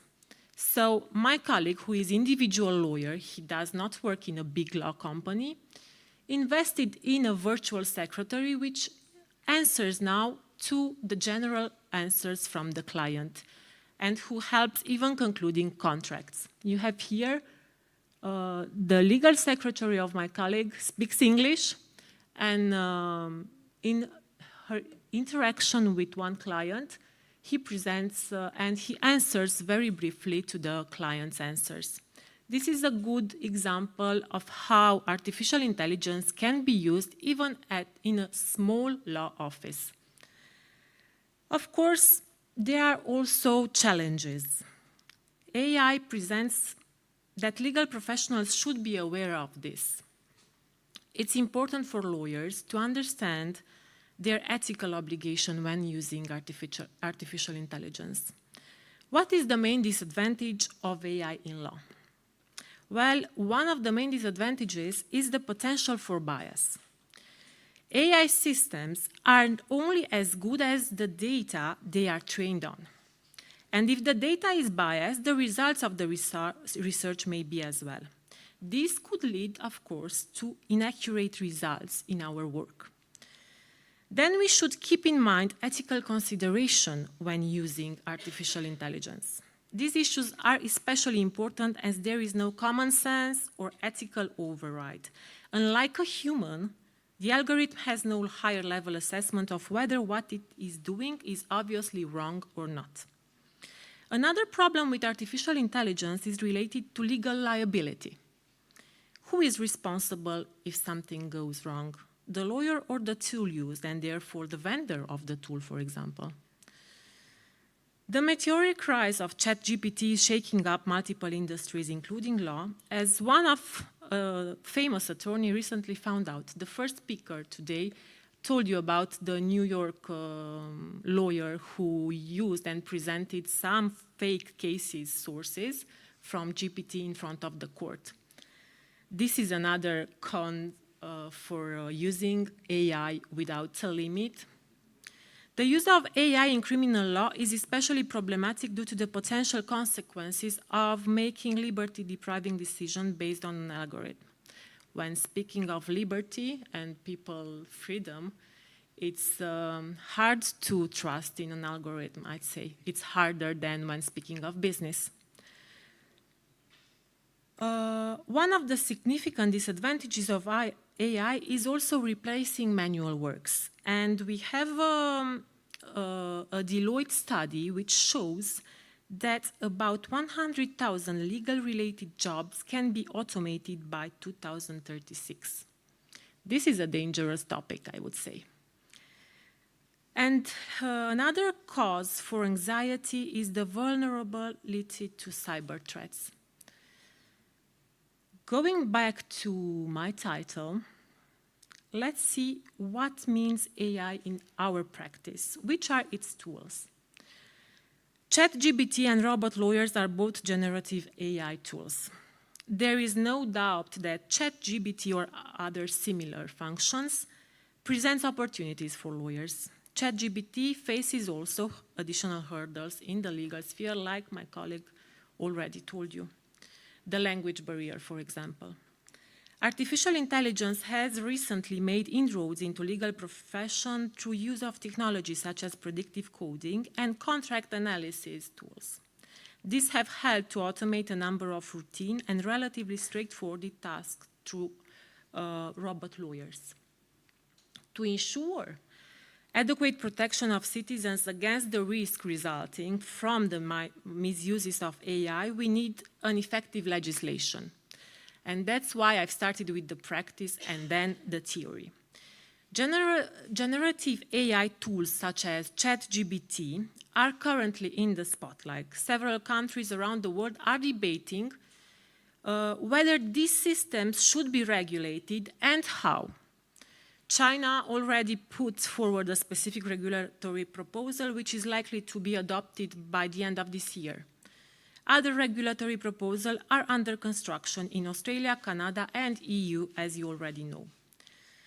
The pervasive impact of AI on European society and on our activity is reflected in the multiplicity of the legal issues it raises. So, these issues must be regulated as soon as possible. First problem, the legal security.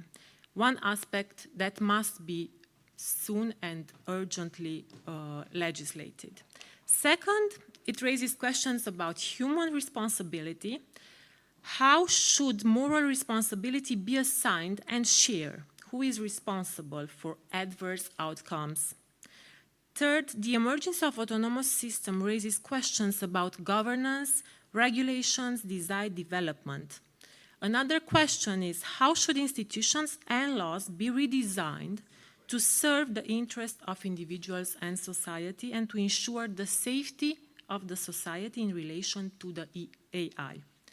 Fourthly, issues were raised, including regarding democratic decision-making or regarding institution, policies, and values. Finally, there are questions about the transparency of AI and about autonomous systems. What are the values that these systems support and promote? Starting from these issues, in April 2021, the European Commission proposed the regulation of the European Parliament and the Council laying down harmonized rules on artificial intelligence. Last but not least, when speaking of theory, the applicability of GDPR to artificial intelligence was also highlighted. Thus, the question arises. AI can be deployed in a way that is consistent with GDPR. Many AI applications process personal data. On the one hand, personal data may contribute to the data sets used to train machine learning systems. On the other hand, such models can be applied to personal data to make interferences concerning particular individuals. AI is not explicitly mentioned in the GDPR, but many provisions in the GDPR are relevant to AI. And some are indeed challenged by the new ways of processing personal data that are enabled by artificial intelligence. A set of specific provisions are found in Article 22 from GDPR, based and affects AI-based decision on individuals. But the intent of the GDPR around this provision is not always clear. Article 22 is a general restriction on automated decision-making and profiling. It only applies when a decision is based solely on automated processing, including profiling. Moreover, the stricter GDPR requirements of Article 15 are specifically linked to automated individual decision-making and profiling that fall within the narrow scope of Article 22. Finally, I know there is a question that haunts us all. Will artificial intelligence replace the lawyers? Well, the purpose of lawyers is to help and support society's needs of the law. Alan Kay, a computer scientist from Silicon Valley, makes a different but related point when he says that the best way to predict the future is to invent it. This is a powerful message for us, the lawyers. The future of legal service is not already out there, and it's up to us if artificial intelligence will be our friend or our enemy. In this path of discovering AI tools, I think it's important to remember that AI cannot replace our values, but it can enhance them. Thank you.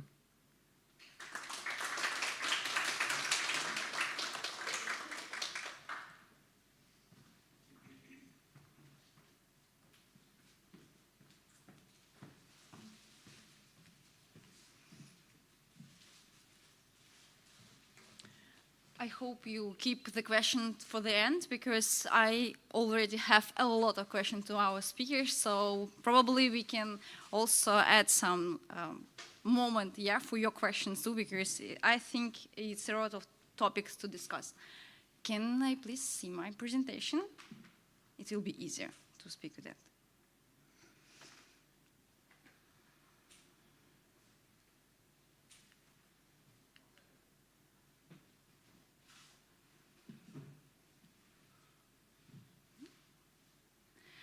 Hi everyone, my topic is AI as the key of legal awareness for population and my 5-year experience in this area. But before I start this cool journey about the influence of AI in legal awareness, I'd like to start with the question, discuss and explain why you spent 20 minutes with me.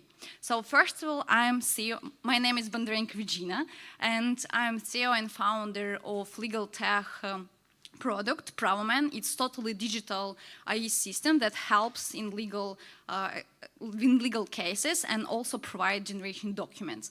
Also, I'm director of NGO Legal Innovations. We support LegalTech products and LegalTech entrepreneurs to develop their ideas and also for NGOs to automate their work. And as quintessence of all this work, I'm also legal tech architect. It means I'm that knowing person who explains the lawyers why they must automate their work, not just work with their hands, and also try to explain the counter that it's not take their jobs, it just help.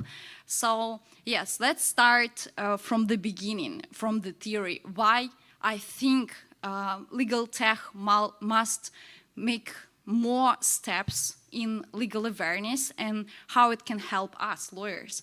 So from the beginning, I must take on this table the fact that unfortunately in Ukraine, probably in your country it's not the same situation, but in Ukraine, people don't use the law as the first solution of any problem. For example, if you open Facebook in Ukraine, you see a lot of posts about feedbacks, public services, private service, how there they are. But when you start to involve deeply in this post, you see that except these Facebook posts, they do nothing. But struggling, why it's not work? And unfortunately, Facebook post, it's not solution. Probably Ukrainian government changed this moment, but for that moment, you need to do something. But there are a lot of thoughts why people don't go to lawyers, even courts, on some public services. We have a lot of social research. And of course, NGO Legal Innovations want to make their own. So we go to our customers, to our population, Ukrainians, and ask them, why you don't use the law? It's so simple in Ukraine. You have so many electronic services like DIA for another public government services. So you have a lot of choices, but you don't do it. Why? So the first answer was, I don't have knowledge. So I don't understand what to do. So I have a problem. I even not sure that this problem is legal. For example, we ask our represents, so what you do if your neighbors is annoying, or for example, he start some building processes in their flat. So what you do in this case? And the answer was, I will go to him and explain why it's not the good idea to make, for example, this building process. But when you say like, okay, but you can also go to inspection and say that these men all the time knowing all the house and they will explain him. And they're like, no, it's not possible. It's definitely under law. And we like, no, it's the law. It's the main idea that if you have any problem, you can go to direct public service, explain the situation and get the help. It was sometimes surprise for people, and that's why we also ask, okay, we give you knowledge in some way. So what's the next problem that you have? And the answer was time. So a lot of people think that any legal problems very time consuming. It was a funny fact when we start to check in the answer about time consuming process of any legal problems with the experience of our representatives. So, and we found out that people who never go to court, lawyer, or even doesn't know what to do at all, according to their answers, they already think that it's too long. So you do nothing and do something, it's too long. Okay, let's check the another problem. It's stress. For me, it was surprise. Because we ask what stress you mean, and people start answering like, go to the lawyer, it's stressful. It was funny because I think not any lawyer, like lawyers don't bite you, yeah? And it's not some intervention about that you don't do anything or something like that. So it's your helper. Why you like afraid of them? And it's also about the situation. People think that legal problems, it's too hard. Sometimes it's too painful and uncomfortable at all. So we say like, okay, we can think about it. Stress, it's bad. So we do something. But what the last one, the problem? And it was the money. Of course, people want to spend less money than they spend every time. Of course, we understand that all legal help can be free, of course. But the interesting moment that it's not just a range of problem. If you look at it, you can see that money is the last problem. So it's more stressful. The lack of knowledge more important than money. So if we solve all this problem before, money will not be a problem. So, sorry. So we also want to think like, okay, we guess that the legal tech is the solution for such problem, like time consuming. Of course, online it's more faster. But we decide to not just guessing, but ask, what can change the game for this person, for these people, yeah, to like choose the legal support in this case. And we was also surprised. We checked not only not only our answers from the social research, but another also to like prove and validate our data, because it was too much pleasant to see that the first solution that they see is online service. So people in Ukraine, and I think not only in Ukraine, waiting for online legal services, waiting for services for getting simple and understandable information, generation document that's not so hard in fact.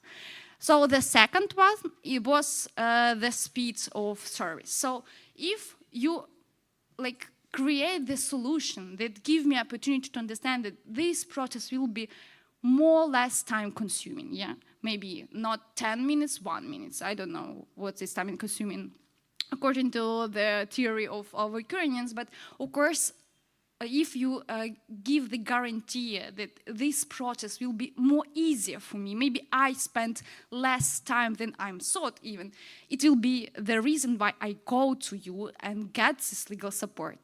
The second one is clarification, but not just explain what to do, but explain in human language. It's a very important moment because a lot of legal, even in Ukraine, we have a lot of legal services that explain something that I'm, as a lawyer, reading and like, oh, and what am I to do? So it's too hard to understand. It's literally legal language. I don't understand it. So, of course, the simple explanation is the key to reach out to your customers, any human in real life, because unfortunately not everyone knew all these terms or words, even sometimes lawyers loves. So the third solution, the reason why people will go to legal support is simple explanation. The next one was understanding where I must go. So in Ukraine, we have a huge problem. We don't have any legal lawyers marketplace, or some maybe aggregate platform where you can go and see where I can find the lawyer, or NGO, not government organization that can help me, or even public body who can help me in this case. So, of course, if you don't have any navigation on that area, when you have a problem, you like standing by yourself. So you must or Googling something and you just found out a lot of articles who are so hard and also not human-centric, unfortunately. So the lawyers understanding to whom I can go, it's also the reason why people think that they will go to legal support. And of course, cost.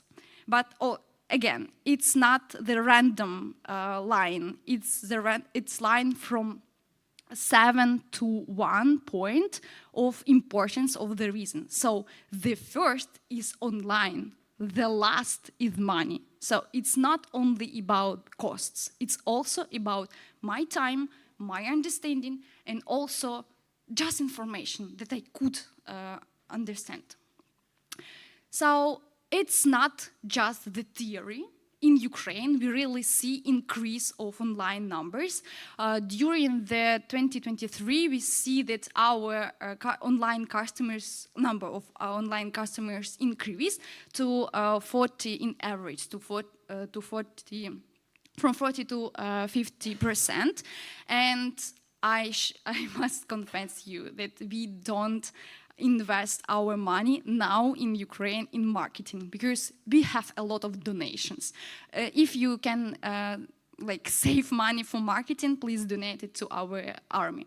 So it's just organic case. So it's organic growth, and people in Ukraine really Googling help, and Googling help online. It's very important thought because first of all, of course, we had COVID, and it's make a huge influence because when you can go anywhere, so you can like try to reach out.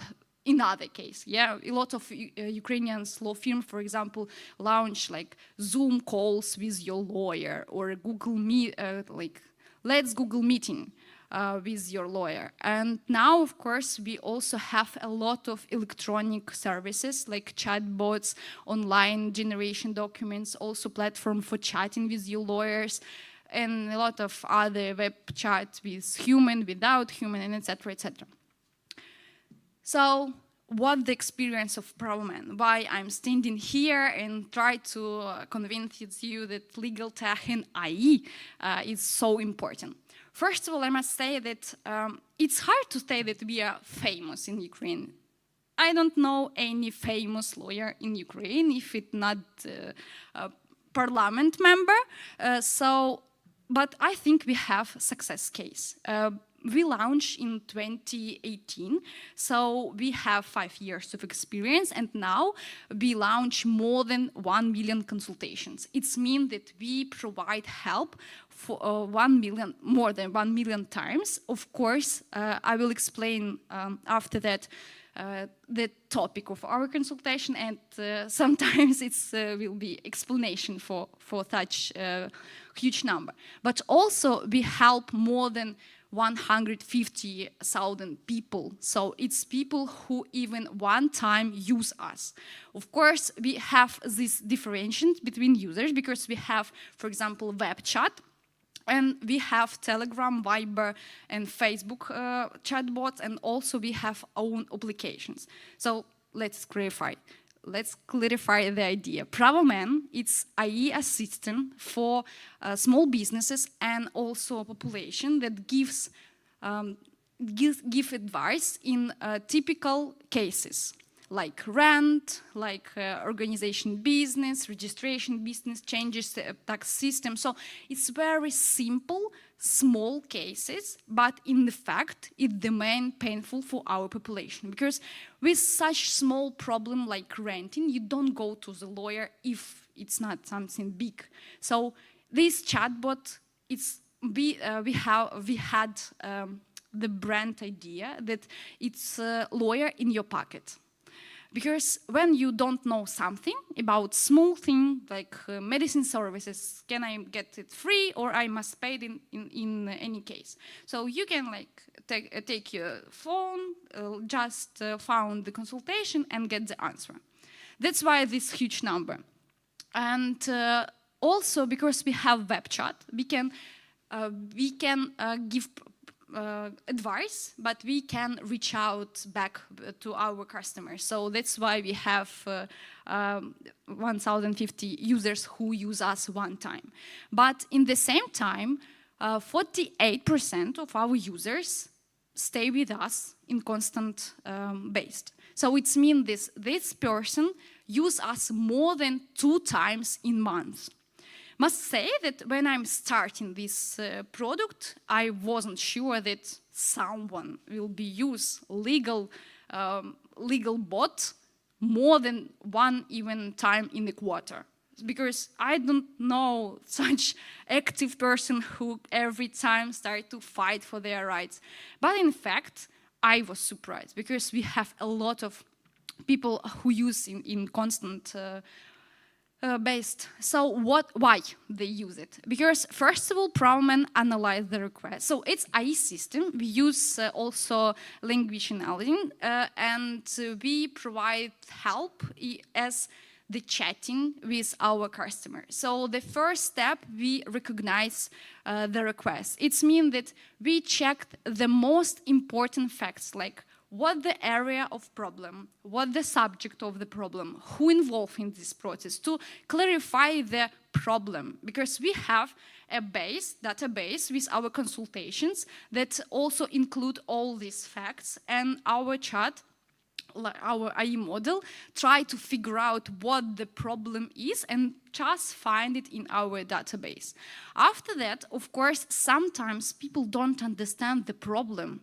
So they understand that, for example, I have a rent agreement and something go wrong, but I'm not sure what I must to do, yeah? Or maybe I need documents, maybe I need just to get a conversation with my landlord. So in such case, we also start interviewing our customers to clarify the idea for our user at first, because sometimes when you give the explanation of the situation, sometimes people like understand that, oh, okay, this is like part of the problem, and I don't need, for example, documents, or in another way, I need a document for this situation. So after that, we also validate the facts, because sometimes, as I say, the people not understand clearly, yeah, so what the problem is.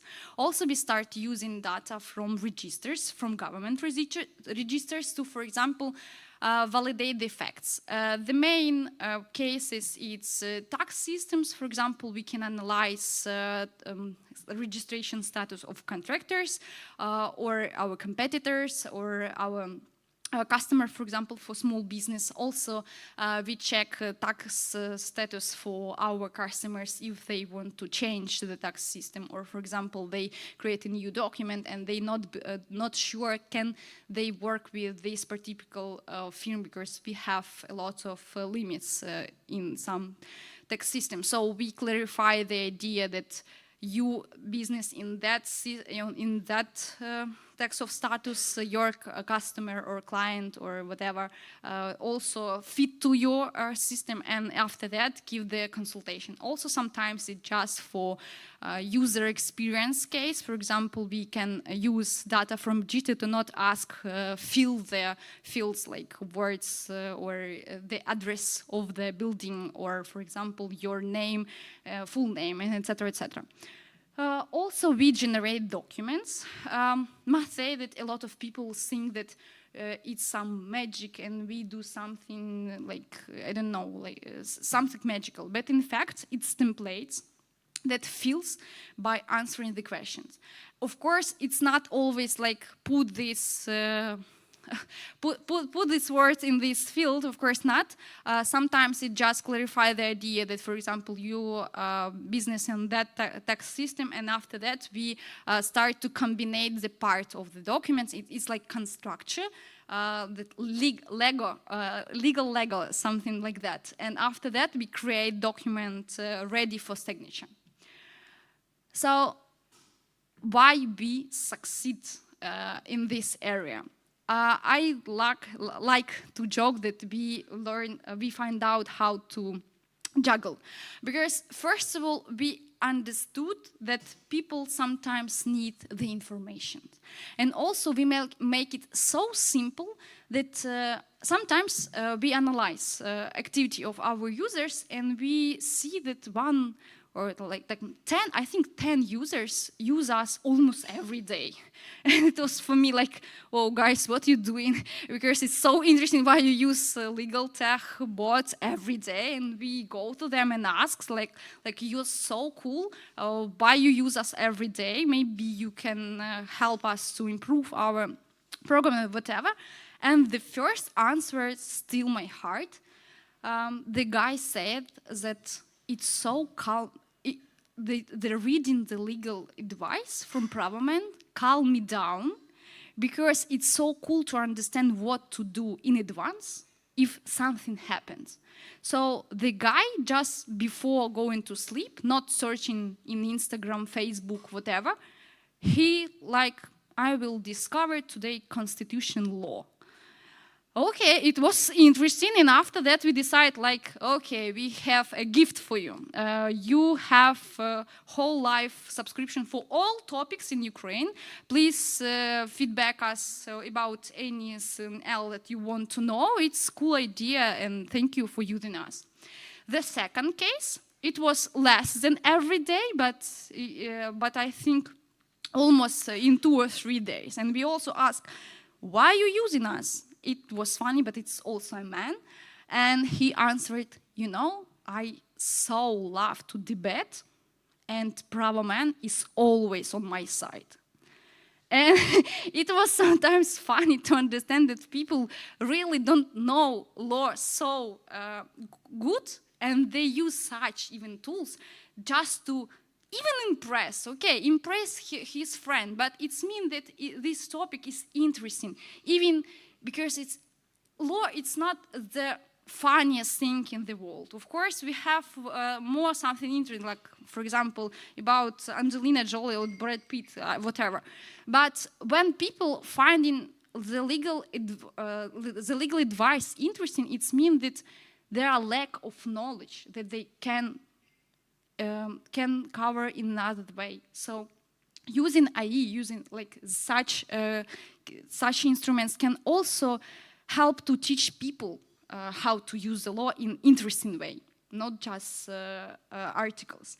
So I think that it's a good question. LegalTech is altruism or business, and I have a lot of time.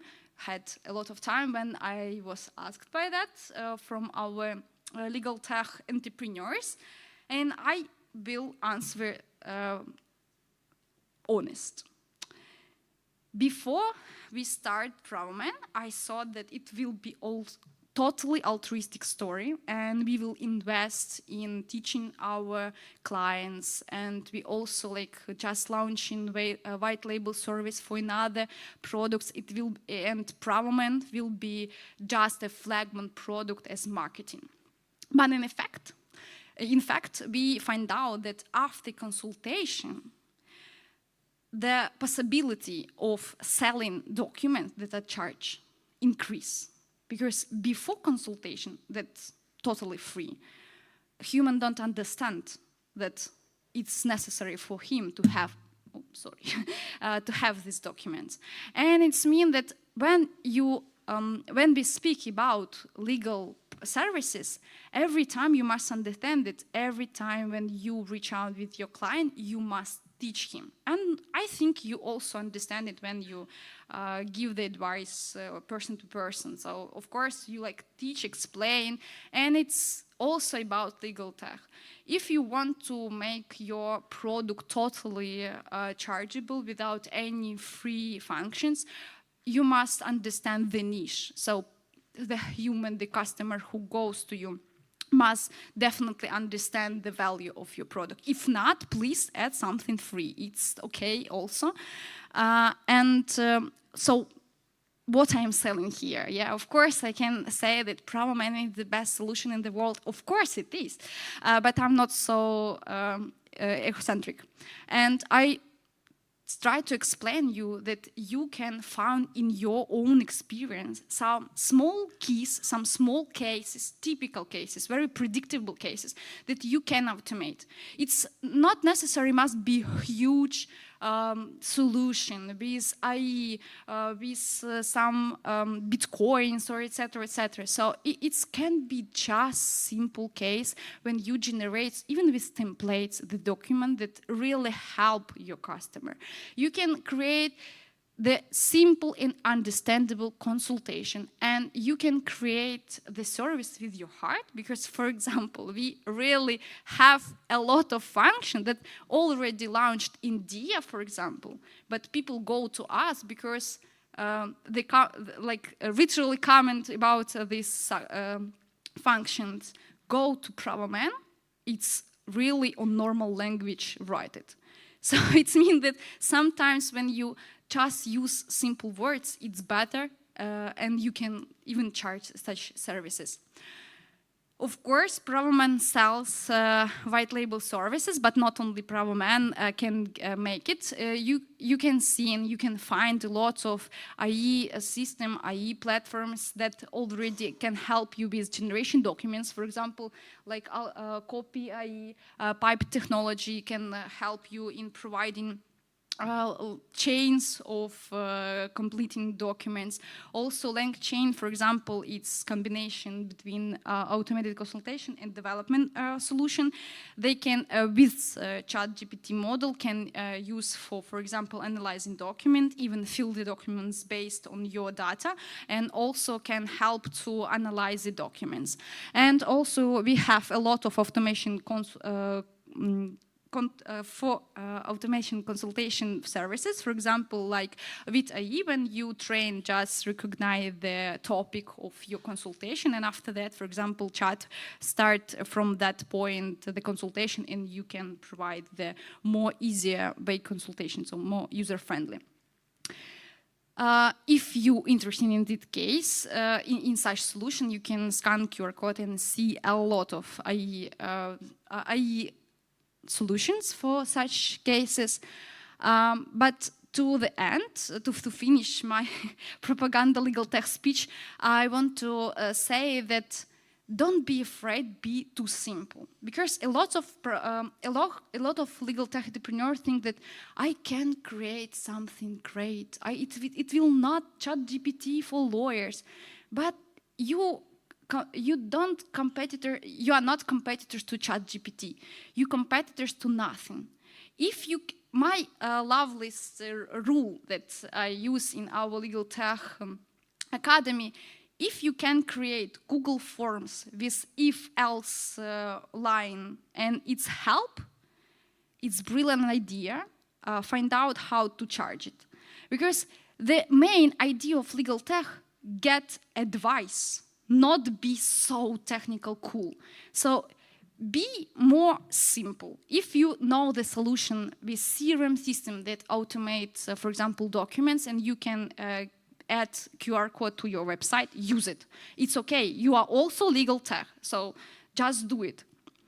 And if you need help in ideas or in developing or just want to chat, now you know where I'm staying.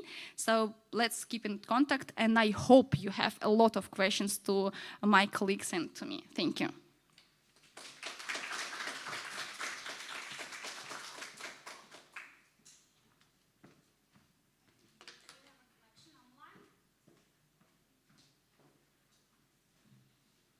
Am I online? Can you hear me? Yes. Good, great. So let me share my screen. Here we go. Can you hear? Can you see it? Yes. Good. Perfect. So good afternoon, everyone. I'm very happy for the opportunity to speak to you today, even if it's only online. I hear a small echo. I hope you don't hear it. Okay, let's roll. So if somebody would have told me a year ago that in 2023 a bar association is going to organize a conference dedicated entirely to legal technology, and that there will be a session only on AI, on the impact of AI on legal services, I would have said it's impossible. It sounds like fantasy. But here we are. It's 2023. And so much about predictions. So I would say we are not going to go into predicting what is going to happen in 5 years or 10 years, because nobody really knows. Let's concentrate on what's going on today, what AI already can do, and what AI cannot do, and how can we use that new technology. Before we start, I would like to get two facts straight, because it's important. The signal to noise ratio today is very low. So everybody is an AI expert.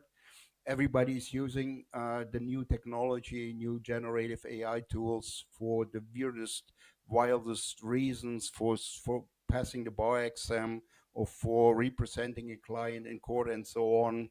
So it reminds me a little bit of the early days of the blockchain. Back then, everybody was an expert in blockchain. Nowadays, everybody is an expert in AI. So let's start with fact number one. Despite all that really cool new technology you have seen in the last 5-6 months, it is still not intelligence. So artificial intelligence is just a fancy name somebody in 1956 gave to the whole sector, or the whole part of technology, nothing more. It was back then people thought that in 1990 we would have flying cars. So just don't take it literally. It is still not intelligence, like Peter already explained. It's statistics, it's probabilities, and really maybe I'm letting you down now, but your ChatGPT doesn't understand you. Don't talk. I've seen people talking to ChatGPT like to a human, saying please and thank you. You're just wasting tokens. It doesn't understand you and doesn't give a damn how you talk to it. It's just a machine, and machines don't understand people. And I'm not going to make a prediction when that will happen, but it took us 80 years to get to where we are today. So probably not going to happen in our lifetime. In order to understand the difference between a human brain and well, an artificial neural network, and please don't take it again literally. I'm using the brain analogy for artificial neural network only for illustration. A human brain has 84 billion neurons, and the largest artificial neural network as of today has 16 million. In order to get a little bit better, more understandable representation, 16 million neurons, that's a frog brain. So there's a huge difference, and not only a human brain is not only operated by electricity, like an artificial neural network, it's also operated by chemicals. And if you don't believe that the human brain is operated by chemicals, just use some magic mushrooms, you will experience something very different. So that's a huge difference, and it will probably take us another 80 or maybe more years to get to the next level. But nevertheless, the technology that we have today is really very impressive, but it's far from a human brain. And in order to get an impression, what experts in artificial intelligence are calling artificial intelligence, I like that quote from Chris Bose, who is one of the godfathers of artificial intelligence in Germany, who once mentioned that artificial intelligence is the name given to systems that do not work.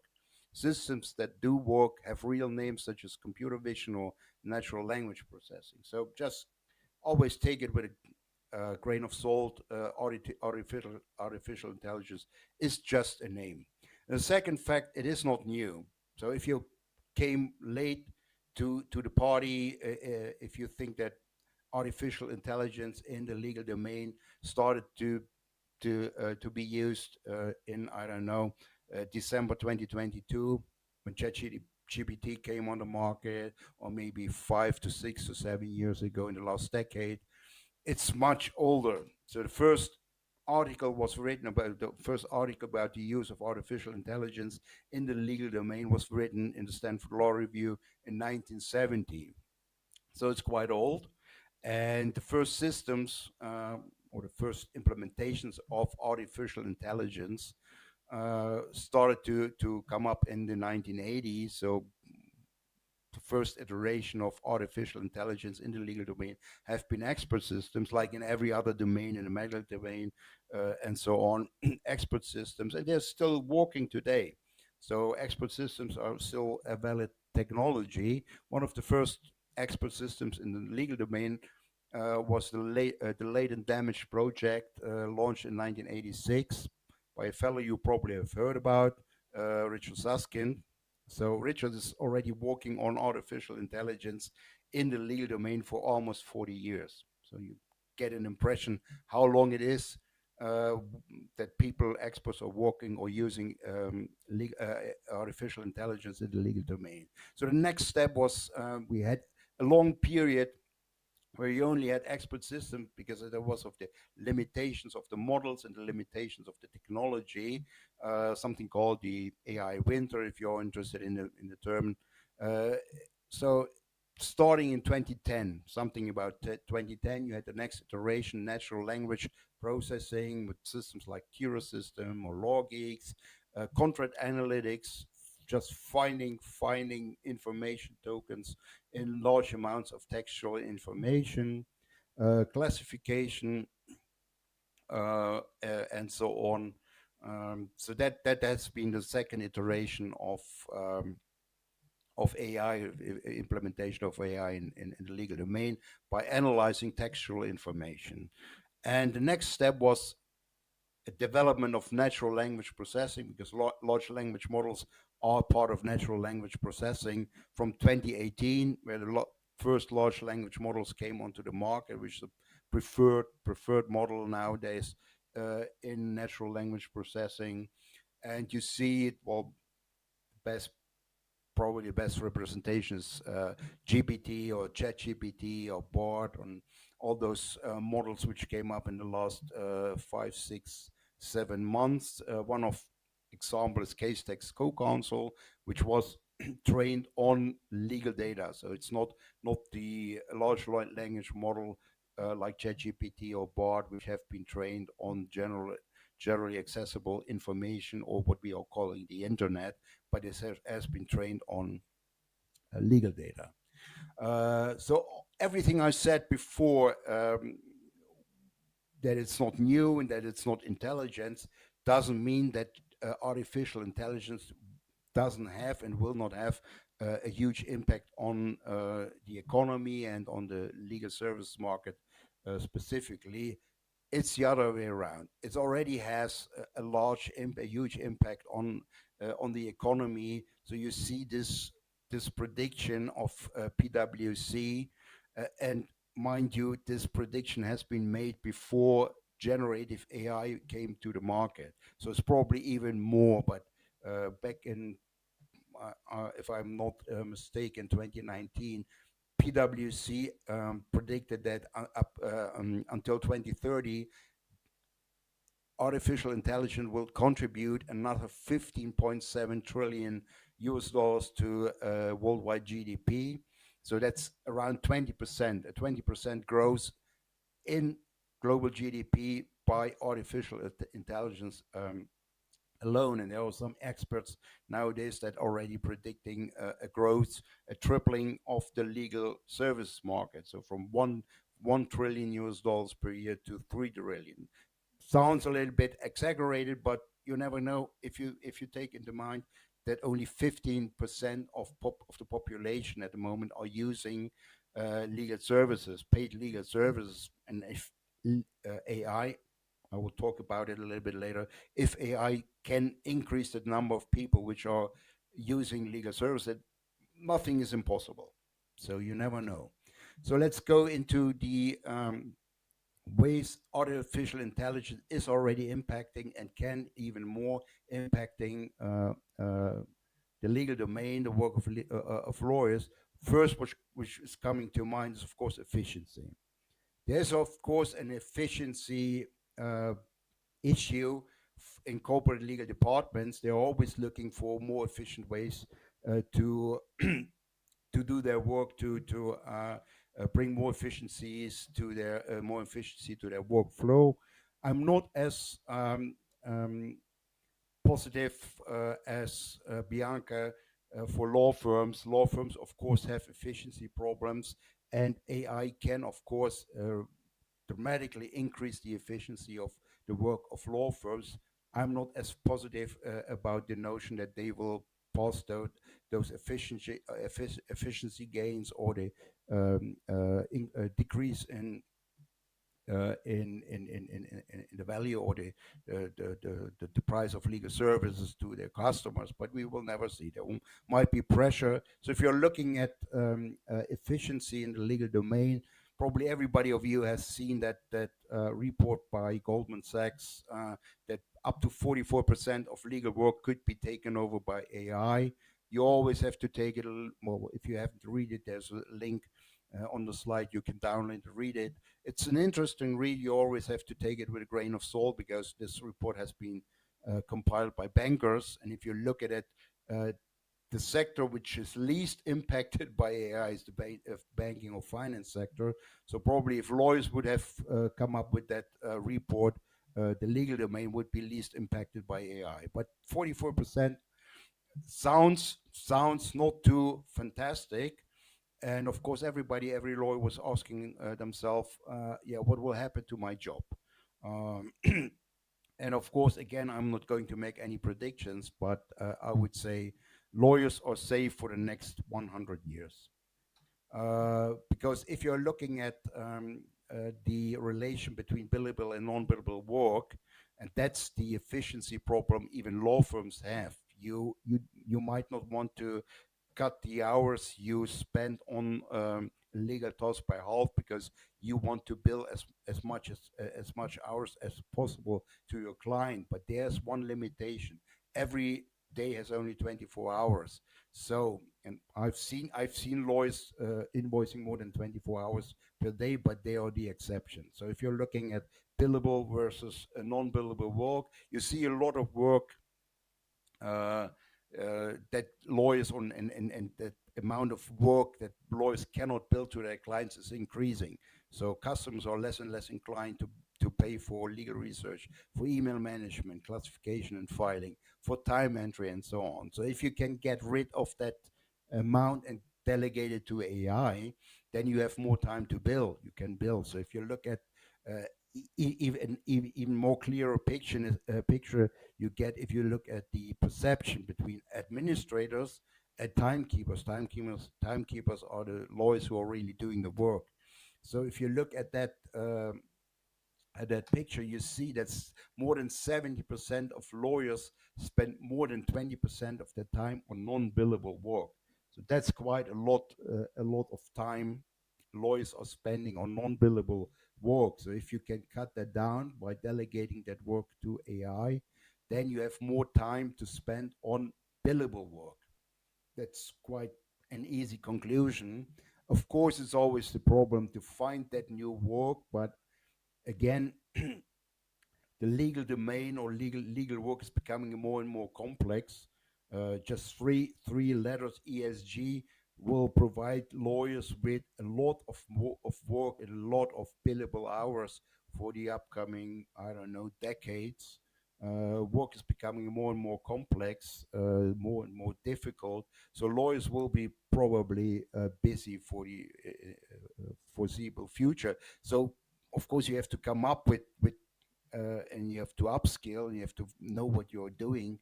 But if you know what you're doing as a lawyer, then it shouldn't be a problem to spend those 20% that you can go, or 44% according to Goldman Sachs, that you can delegate to an algorithm, to an AI, to fill with billable hours you can charge your client with. So that's the notion you should keep in mind when we are talking about efficiency. Next one is access to justice. It has been mentioned already. There are three aspects. The first one is better understanding. So if you are not someone with a legal education and you're getting a legal document, court order, whatever, it's very hard to understand what's written in that document. And there are already programs based on AI, on ChatGPT and so on, Chrome extensions, which can help you to understand, to translate from legalese into normal human language. And Regina already mentioned it. Part of her services that she explains in plain language difficult legal problems. So that's a very important issue, because that's one of the huge barriers. People don't understand the law. People are afraid to talk to a lawyer because lawyers are speaking a totally different language. So if people understand the law, if people understand that they can use the law in order to get their rights, then of course the whole market will be in a much better condition, much better situation. Second one is affordable help. So AI technology in general can bring down prices. That doesn't mean that lawyers will make less money. They will just get more clients. And you don't even have to reach very far. If you look at the last 10 years, with all those platforms which came up with a compensation service. So if your airline cancels a flight or delays a flight, you have been you should get a compensation from your airline.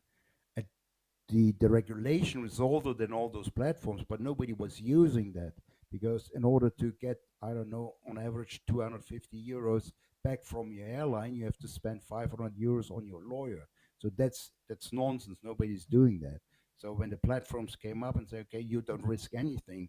If you're getting the compensation, we take out 20-25% of the amount, and everybody's happy. If you're not getting any compensation, you don't risk anything.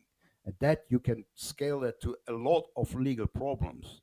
And people can even self-service their legal problems, because first step, they understand the legal problem. Second step, they get affordable help.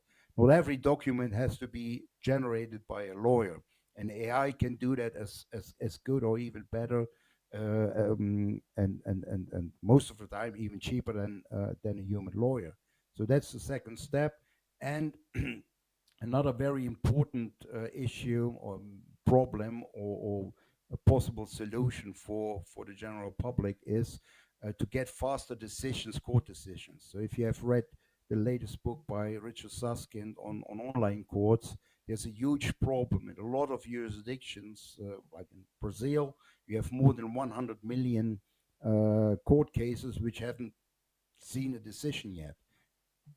In India, it's 30 million. And there's a lot of countries where the court system is overwhelmed and people are waiting for years for a decision. So if you're applying AI to that problem, you can say, okay, guys, if both parties are ready to use a robo judge, so to say, an AI. So you say in 96% of the cases, an algorithm or the decision in that particular case would be like this. And if you're ready to accept that decision made based on a prediction from an AI, then this will be the decision. It's like the legal panels you have in Canada, where you for small claims.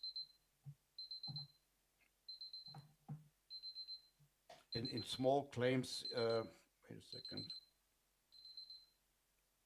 In small claims courts under $5,000, you have that decision from an AI.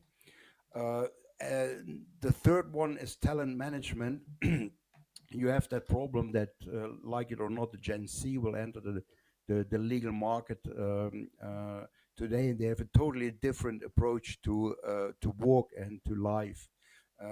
On top of that, you have a talent shortage. You have what is called the Great Resignation. People are leaving the legal profession because they are fed up. They don't want to work from 7 in the morning until 11 in the evening.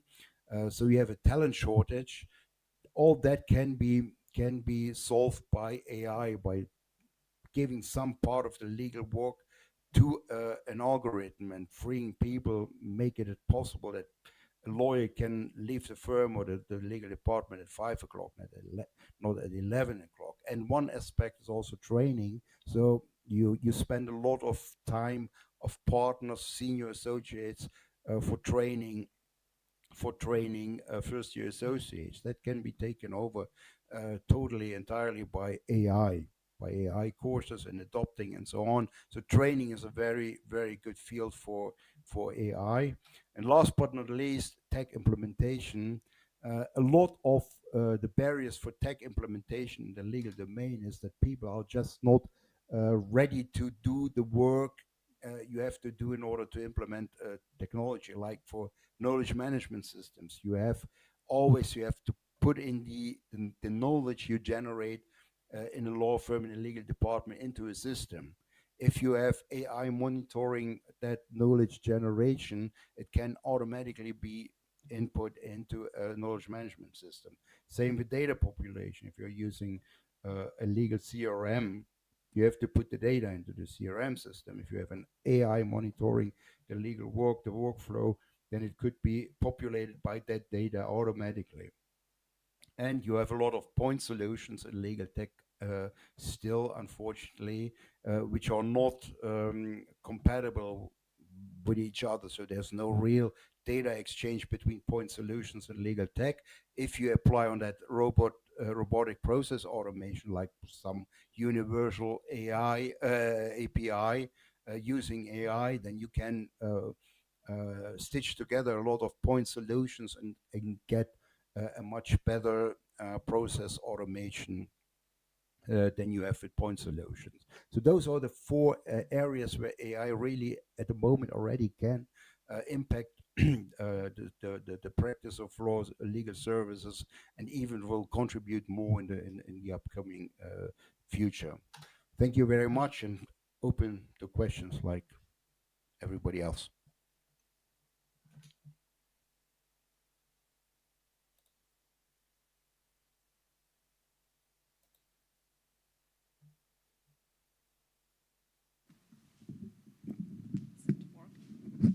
Okay. Thank you. So I think that we can start our discussion. Tomasz, maybe you will join us here, no? For some questions we have also. We'll take his chair.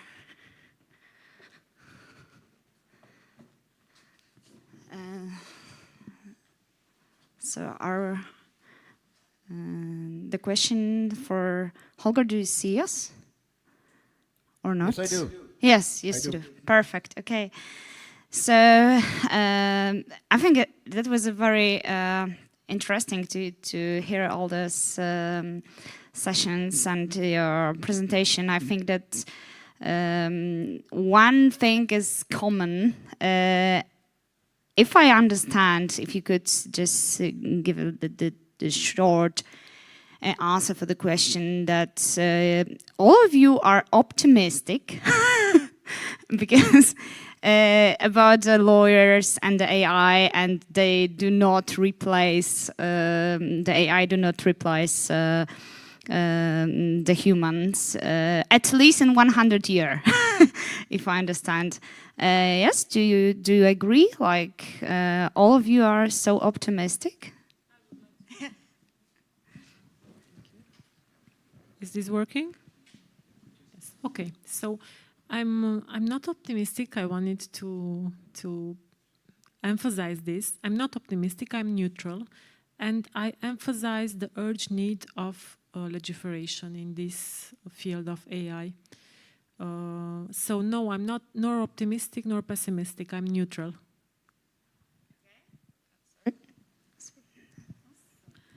Okay. I'm optimistic. Of course, I don't think that they replace us, and I have the experience of replacing lawyers by AI. For example, we try to analyze the court resolution, and we make a small competition between 3 IE systems that just analyze the PDF and give some conclusion about the documents, and also 3 different lawyers. And the interesting thing that if we like count the quality of consuming of volume of information, every time IE was succeed more than lawyers, because lawyers sometimes go in more deeply in some specific moments. I think it's relevant because we have all some special knowledge in some areas. So of course we have some professionals influence on our thinking. But when we thought about some tips or some tricks, some interesting moments how to like include interesting rule in our contract, or for example some predict of unusual cases. Of course lawyers every time win, but in the same moment I must say that I'm already used the IE system for analyzing a lot of documents, for example, with our enterprise customers, and it's helped me to save my time. So I'm more effective than I was, for example, 2 or 3 years ago, because I can manage more work. So it's not replace, it's your instrument, but only if you open to it. If not, of course, it will replace you because you are not fit to the market. And Peter? Thank you. I think it's important that if we look at the technology itself, of course, I'm very optimistic about that because there is a pressure to use it. There will be some kind of commercial pressure to use it. And in time, we will use it also as lawyers and as a technology. So we master the technology. We ourselves, as lawyers, have a specific relation with this kind of technology. And I'm sure this will come. But there are 2 problems. One problem is that how long will it take? Mm-hmm. It's a big problem with this kind of technologies that there are not enough people with sufficient knowledge to help lawyers guide through this way. So we do not have in every nation like a Geoffrey Hinton or a Jan LeCun, this kind of, top specialists who know this. And that's a problem because if the technical specialists do not really know their technology, they will still try to sell it to us. Mm-hmm. And we will go, astray. We will go into ways which waste energy, waste resources, and, cause this kind of a backlash from lawyers that we are trying to use this. We put lots of energy into using it. But in the end, it's not really useful, so we have wasted lots of money. And that's a problem. And the other problem is the technology, as usual, it will be used by other players and those players will be in quite a good position to use it in a way which will negatively affect lawyers as well. So I mean, this use of, like, by the government of AI technology, I think I'm a lot more pessimistic about this way. No kind of regulation will restrict what governments want to do with these tools. And Holger? Yeah, I have to say I'm not a lawyer myself, so I'm very, very calm with the replacement issue, but I'm also optimistic. But if you look at the main task of a lawyer is to solve conflicts between human beings, and human beings are masters of generating conflicts. And if you look that we will have much more time in the future to spend, so half the population will probably spend it before the TV set, and half will think about how to make life a living hell for the neighbor. So there will be always conflicts between human beings. So there will be a lot of work. Of course, some lawyers will get replaced, like in every other industry. In 1880, 80% of the US population was engaged in agriculture. Now it's less than 3%. But still, people are working in agriculture. And I've in one of my presentations, I have a nice picture of a horse carriage with a delivery man from 1910 delivering milk to clients. And people are always thinking that in that picture, the lawyer is the horse, because the horse got replaced by an automobile. But the lawyer is really the guy who's delivering the milk to the customer. He's just using another technology, but he's still delivering. And if you look at people in the delivery industry or the transportation industry, or however you want to call it, they make much more money, they're much more sophisticated, but it's still the same work, delivering goods from A to B. And the same will happen in legal services. So I think lawyers are very resilient, and we don't see the day where every lawyer will get replaced by an AI. Okay, thank you. Yes, you want to add something? Yes, I think that I agree that, of course, we need, like, our work is just changing, yeah? So we were not using a computer and typing on a machine. Maybe not me, but the lawyers who were doing their job 30 years ago, they had no computer or 30 years ago. And now we have the new tools, and we should perceive it as a tool. But it also means that we need, as a lawyer, new competence. Yeah, we are on a conference, Modern Bar Association. So the question is how we, as a bar association, should we do something to learn this new competence? Especially, I have a question for you, Peter, because you show us really interesting cases. Yeah, how the ChatGPT is a generative AI can help the lawyers.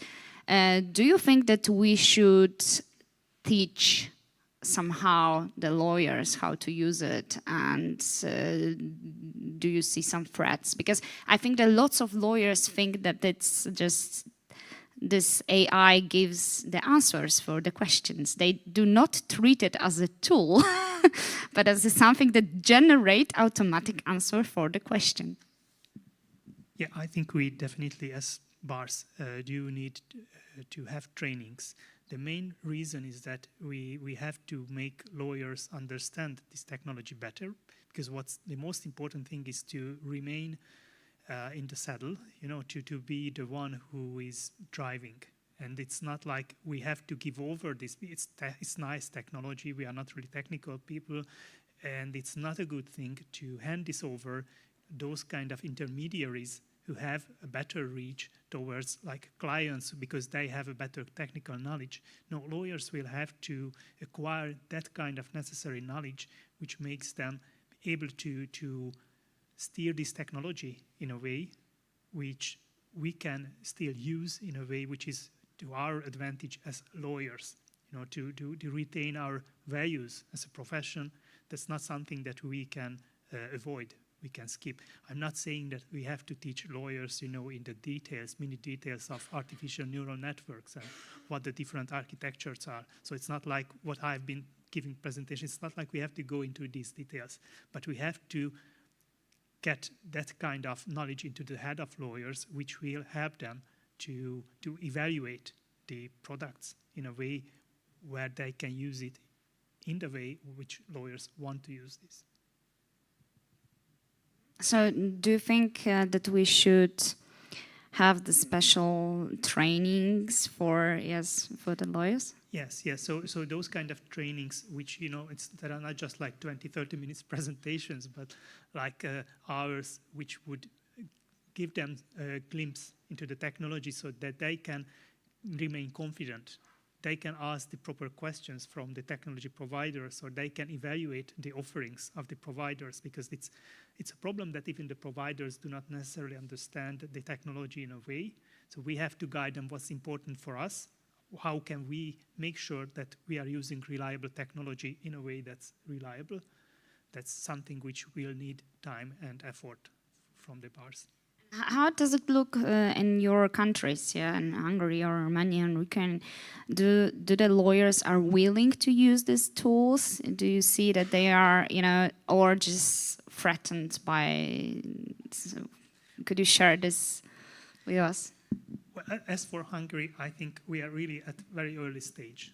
It's still just the research. We already can see some possible uses, which could trickle down into the everyday practice of law firms, but it's still more like not really, the discussion is not really about the practical uses. We are not yet there. So we can pick the interest of the lawyers, we can start to explain these things to them, but it's not yet at the stage where they can use it in their everyday practice. Bianca, in Romania? Okay, in Romania, especially in Cluj, the whole legal system is still resilient to AI. Not only my colleagues, the lawyers, but the judges too. And I'm afraid to say that some of the clients as well.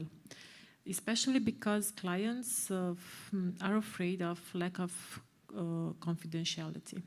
So I think this training should start from the lawyers, but should also involve the society as a whole, and the other actors of the legal system, the judges, for example, which are very resilient to AI systems in Romania, unfortunately. So baby steps in Cluj and in Romania. But as I told you, we have good practice examples as well, and especially young lawyers that are very open-minded.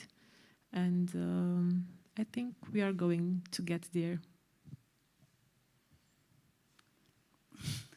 I will try to be short, really. I think I'm not objective because I represent LegalTech community in Ukraine. So of course I can say that every lawyer loves AI system, but I must say that we have a lot of already our national AI tools. For example, we have a lot of projects that analyze court solution and make prediction. For example, we also have a lot of tools for monitoring registers that, for example, parliament use also as API. So there are a lot of moments that already used, and ChatGPT, for example, it for us like a new toy that you must in some kind add. Of course, on the state stage, we don't have any training, but for example, our NGO, we launched in June our own school, LegalTech, and the main question was not only explain what AI can provide for lawyers, but also explain how to find the keys of automatization. So what the work you can automate for you, for your customer, for your own legal process. And I don't sure that in Poland you also have such knowledge in the lawyers area. So maybe probably you can start from not just like give them information about AI, but in general about tech and how it can automate it by first steps. And yeah, yes, I wanted to ask you about Polish perspective also to share. Well, I think Polish perspective would be quite similar to the perspective of maybe Hungary. I would like to share with you a story. My colleague from Bird & Bird during the last 2 months visited 4 conferences. One was in the US, second was in the UK, the third one was in Germany, and the last one was in Lithuania. These conferences were dedicated to fintech. So not to legal tech, but just to using technology in financial services. So the conference in the US was in 100% about AI. In the UK, it was about 50%. In Germany, there were just two items on the agenda about AI. In Lithuania, none. So why such a huge difference? I think it results from many reasons. Probably, well, the cultural approach, but also I think also the issues that you mentioned during your presentation. Simply that the AI that we are now using, we are all experimenting with that. This ChatGPT and other solutions which were made available during the last 6 months.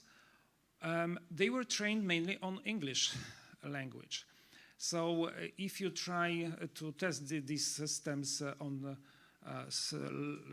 language of just one nation that has, for example, well, let's say 10 million people speaking this language, or 40 million, then simply you will get not the same results as when you experiment in English. So I think this is one of the reasons, but it shows also that it's not as easy as we may think to use AI in legal services. At the first glance, we can think that it's very easy. It can, in fact, replace us very quickly. But when we start to use it, then we quickly find that it's not the case. But there is a problem that I identify also in Poland, that generally lawyers do not like to change the way they are working. So I talked with many lawyers about ChatGPT, and they usually start, okay, I tested it, okay, I asked the question, I got so stupid answer that I know it's without any reason, and this tool cannot be used in practice. So they tested it once, and then stopped. And this is a very popular approach, really very, very popular. I even read articles that people just were proud of this approach, that I asked ChatGPT one question, I got one stupid answer, so it is a good proof, evidence that this tool cannot be used. So I think what we really need to do is simply, I think, just train lawyers how to use it. I think share good cases, because there are cases where these tools might be really useful. Not talk in a general way about AI, but rather talk about very specific cases, about very specific applications. I think Holger just noticed, I think started that AI in fact is not a revolution. Also, I think it was said that, in fact, very simple automations might be sufficient for us and for clients, and I fully agree with that. We do not need very fancy tools. What we need to understand what is available.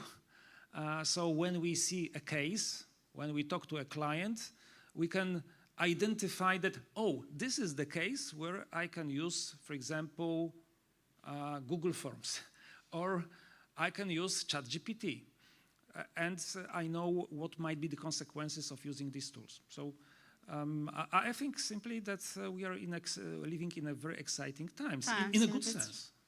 Yeah, that's true. You know, we are talking about our job and the people who can use ChatGPT, generative AI. There are many analyses that there is a new, like the place for new people who can prompt, prompt engineering. And I was also thinking, and I'm really curious, what do you think about it? Should we train the lawyers to use this generative AI?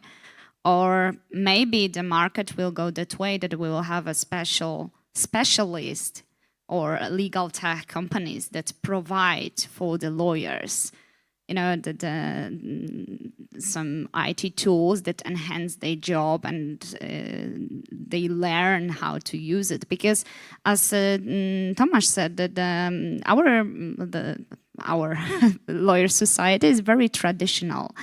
And we are talking about, we are on a Modern Bar Association conference, and we are talking with the lawyers who are specializing in AI, and still probably, Tomasz, your colleagues also are, you know, very well educated and very modern lawyers.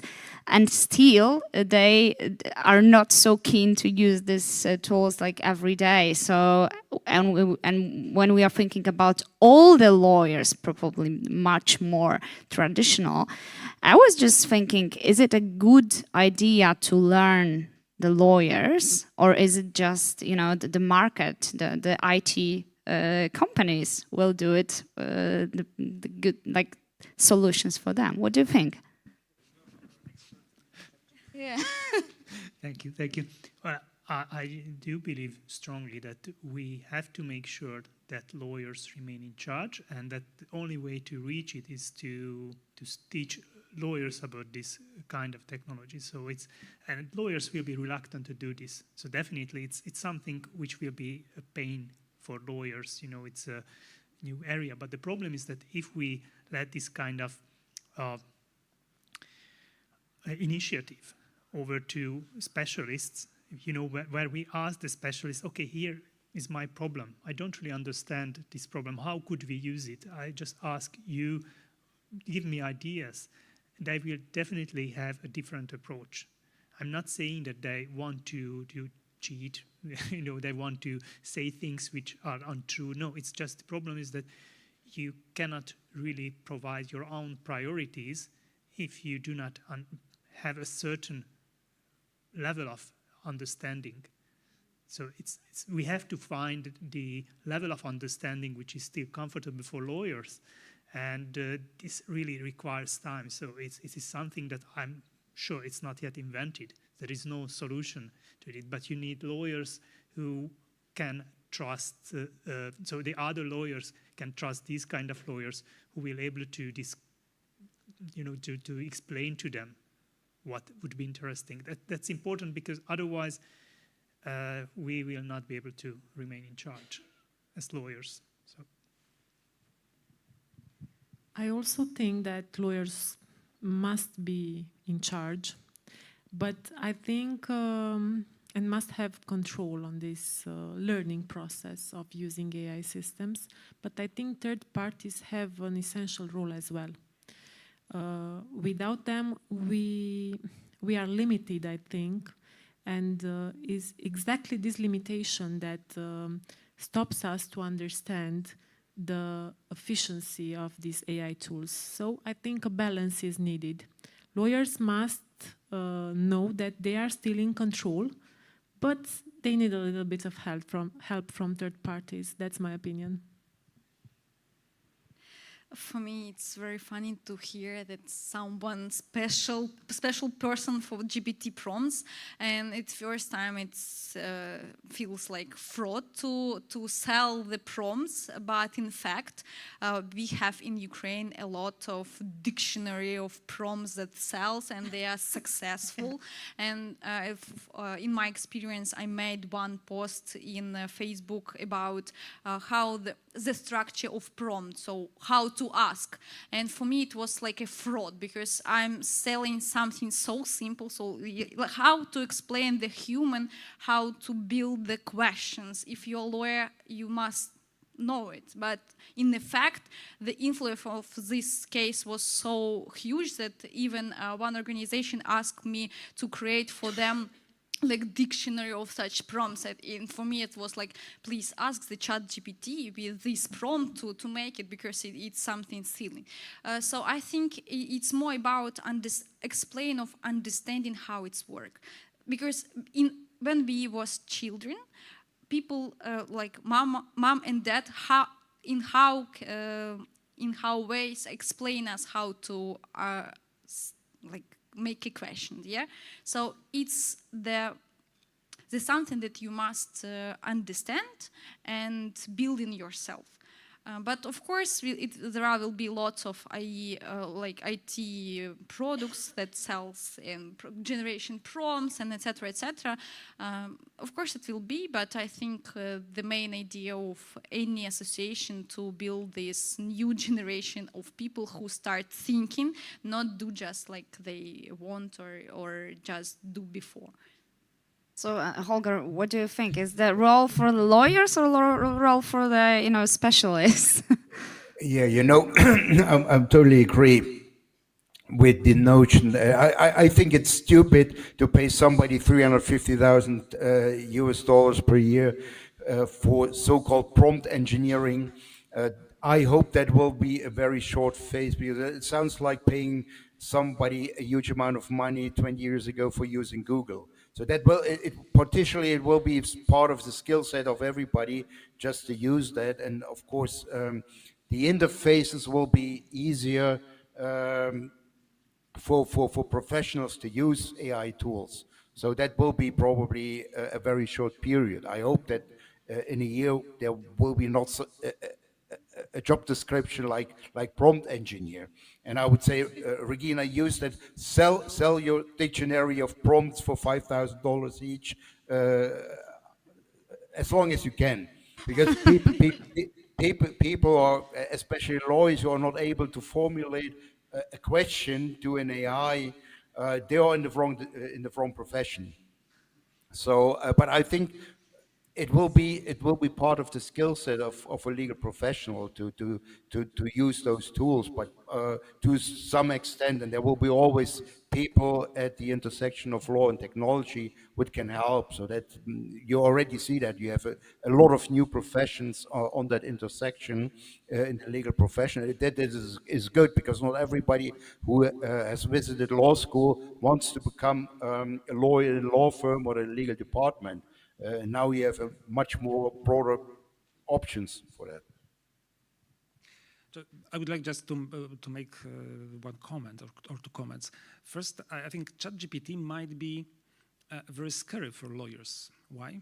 Because you have just a screen and just one bar to put something there. No instructions, no commands, no knowledge to achieve specific result. You should use the instructions as follows. Like in Word, for example, to insert a table, you must just go to the insert, then table, decide how many rows, how many columns, and you get the table. So it's scary. But on the other hand, it means also that it's our role of users to design, to create the use cases. We can do what we want, not what someone designed as a producer, designer of this tool, what we should do with that. So that's one thing. But the second thing is, I think Regina highlighted that, and also Holger, that many lawyers discover when they are confronted with this empty place to put some words, that they do not know how to instruct this machine. I think if someone, because people think that it's enough to say, write a contract of supply. Well, you will get something, but it will be useless. It will be nothing that you can use in practice. Because if you want to draft the contract of supply, you must ask yourself, okay, what type of products, what are the specific situation of the supplier, customer. You must think about any specific clauses that you must put, whether there will be any provisions of law that would apply to this situation, and so on. So ChatGPT forces our lawyers simply to, I think, create, processes. So because many of us, we know how to create a document, what to do in a specific situation, how to create the statement of claim. But if we are asked, okay, so what are the steps to create a contract? Well, we don't know. We don't know. We know how to do it, but if we are to instruct someone, we can't. And this is a problem quite often, even in teams. For example, we ask junior lawyers, create me a contract of supply. So he or she produces something and we are disappointed. No, this is not what we expected. But we did not provide right instructions. Exactly, the clear instructions, what we wanted. Write in this, and then just language of prompts. Prepare the contract in a style of, you've used these specific words. Okay, I will give you the examples of clauses and write in this style. So this is exactly prompting. Instructing, junior lawyer is exactly like prompting. So I think, just summarizing, that ChatGPT, or these tools, on one hand, might be scary for lawyers, but they also present, I think, a great opportunity for lawyers to finally be able to formulate how we work, what we do to produce specific documents, specific products. So, and I think it's very optimistic. Thank you. Maybe our audience has some questions. Yes? Thank you. I'm Jörg Schachschner from Berlin, and I have two questions to Mrs. Bonarenko. Does the Ukraine not have a lawyer monopoly, and are there no problems with the lawyer associations? And the second one is, what about the liability if Bravo-Man makes a mistake? In Germany, every lawyer is obligated to have insurance. Thank you. It's a good question, and it's good that you are from Berlin, because I have interesting story about it. First of all, about monopoly, we have monopoly in some area of some jurisdiction, like crimes and also family issues. In another case, you can use just a lawyer, not a bar one. So that's why we can provide I think, very free in this area. The second about the liability of Bravo-Man and making mistake. The good question, because at first time we think to give them IE opportunity to decide what the consultation will be and generate consultation, not like just finding the case, but just generate total text. It was the problem because he started to confusing between very similar cases and sometimes bring the part from consultation, for example, when it's rent for business and rent for person. That's why we decide that our IE system will not generate the answer, but it will be identify the case and use our database to provide the consultation, and it's about the limits of model. And of course we understand it and use in such case some frames for work our IE system. And about I think it's regulation, and I love this story because in Ukraine we have so many holes in regulation that our IT business is so free to create anything because probably it's nothing to regulate this area, and you have a lot of opportunities, and sometimes of course we have some problem with privacy data, and of course it's also the case and discussion in our society we also have. But the main case that our government not go to IT sector, and IT sector growing up and blowing up, and we also love IT, and I think you can find any, for example, even restaurant that don't have some IT product for you. For example, you can order, or you can give the funny feedback, for example, or you can customize in your app any kind of pasta, and etc., etc. So they use IT technology as competitor advantages, and it's cool moment of Ukraine. And of course, we have pros and cons about it. And when started the war, about story, I will be short.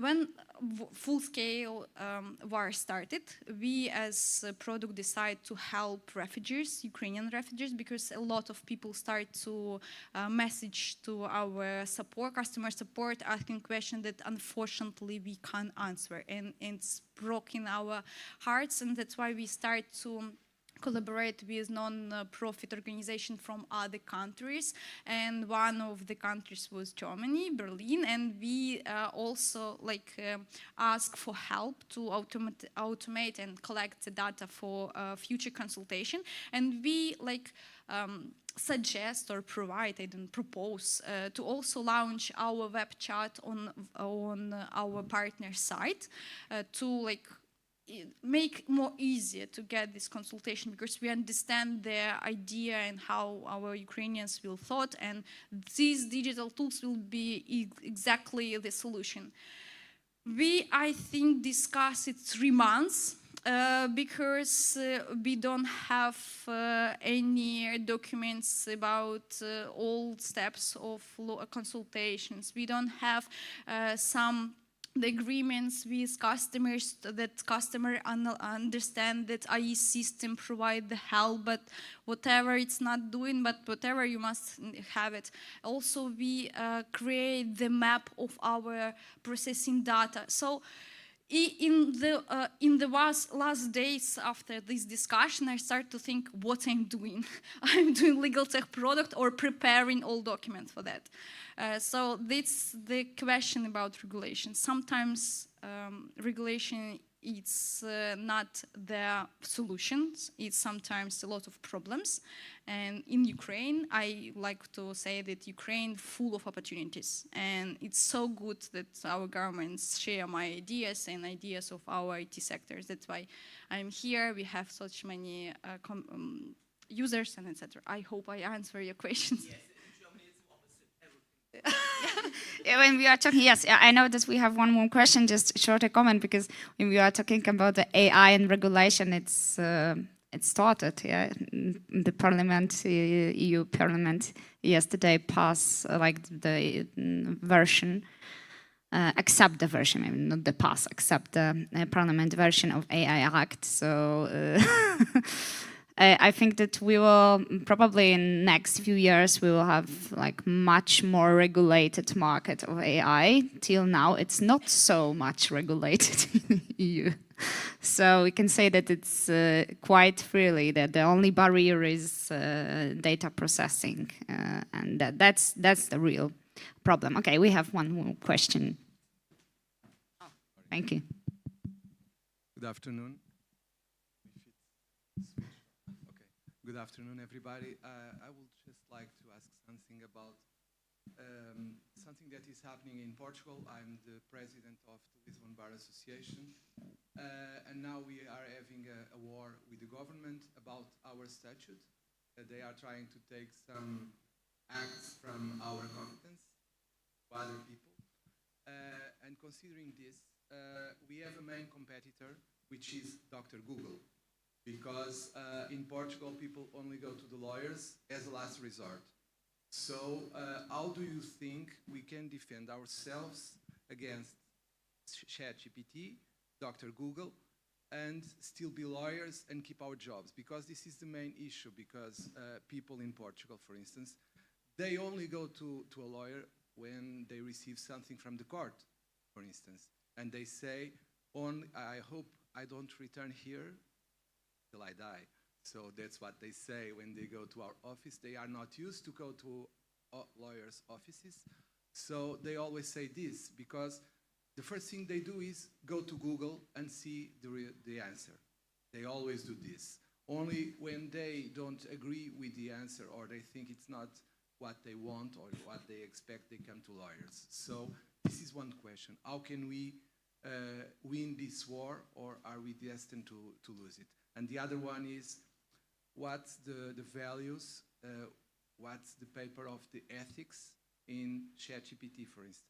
Because without ethics, ChatGPT will destroy society. That's what I think. So thank you for your attention. Okay, Bianca, maybe Yes, two questions. I am able to tell you my opinion because I touched the subject of values and ethics. I think the answer to your first question is exactly the second question. So we have in Romania the same problem with Dr. Google. And I think that we can only go beyond it if we work together with these tools that AI brings in our field of activity. And the answer is the values. And we must work with AI tools in order to enhance our values. So I don't know if it's your case, but in Romania, when seeking a lawyer, the clients seek not only a lawyer, so not only that theoretical part that ChatGPT, for example, can replace for us. They are looking for emotions. AI tools so far cannot copy the emotions. So we must enhance our values, our implications, our involvement. And together with these AI tools, we can keep our jobs, I think. Well, it's a difficult question. You know, what would be the optimum way to keep within the profession, and what kind of exclusivities is it appropriate to provide for lawyers? So that's not something that's solved at even the European level. It's subject to great debate because it's very different from country to country. Like in my country, relatively large number of lawyers work in areas where the exclusivity is provided, like in selling real property transactions. But this is also under a subject to big change. In the coming year, we'll turn from manual paper-based processes to mandatory electronic processes, and this will affect, of course, also the livelihood of many lawyers. So I don't think I will be able to give, you know, a good estimate on what would be the proper balance and to solve this dispute. But actually, it is important for lawyers to first be able to somehow demonstrate to society that the technology is not there. That's very important. Even with Google, most of the retail clients, if I may say so, the general population is not necessarily trying to get the difficult answer, but they just try to have their own bias confirmed, try to get an answer which really thinks that they are correct. And that's, of course, not the proper way, but for like a bar association, it could help in the longer term to provide these kind of demonstrations of, yes, you will get a very confident answer from ChatGPT, but this answer is dead wrong. And you could, this kind of situation, it would cost you money, lots of money. So this kind of education of not only the lawyers, but also the general population, that this is not the same. Because exactly, even in the longer term, I would say, like in 10 years' time, it could be most probable that there would be tools that could give some kind of technical answer where it's very difficult to provide evidence that the answer is not correct. But even in those cases, it would be very difficult for any kind of tools to understand what the user is really asking about. So it's like Bianca said, it's about trying to have this kind of compassion, to have the feeling which only a human can do at this moment. And maybe it will not remain the same. Maybe in 5 years' time we will have a tool which will be able to provide a lot more compassion towards the human asking the question than an average lawyer who's, you know, overworked and underpaid.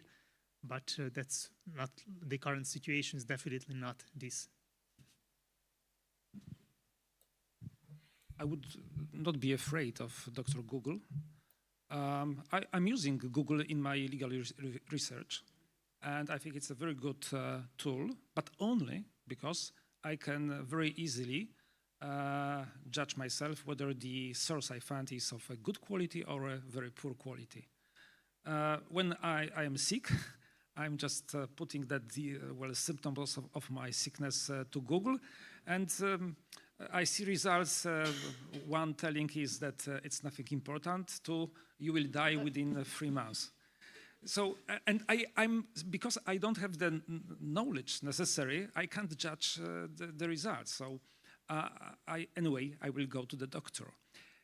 So I would not be so much afraid about Dr. Google, but I think that there is a very important, challenge for legal profession. I think we must understand that now in the times of technology and the common access to the information, to the knowledge, I think we should, understand that we cannot no longer provide our services in the same way in all cases. There will be some cases where I think we should automate them. We should, in fact, transform them into products. We cannot just pretend that preparing, for example, a statement of claim for defamation is identical to preparing the statement of claim for payment of an invoice.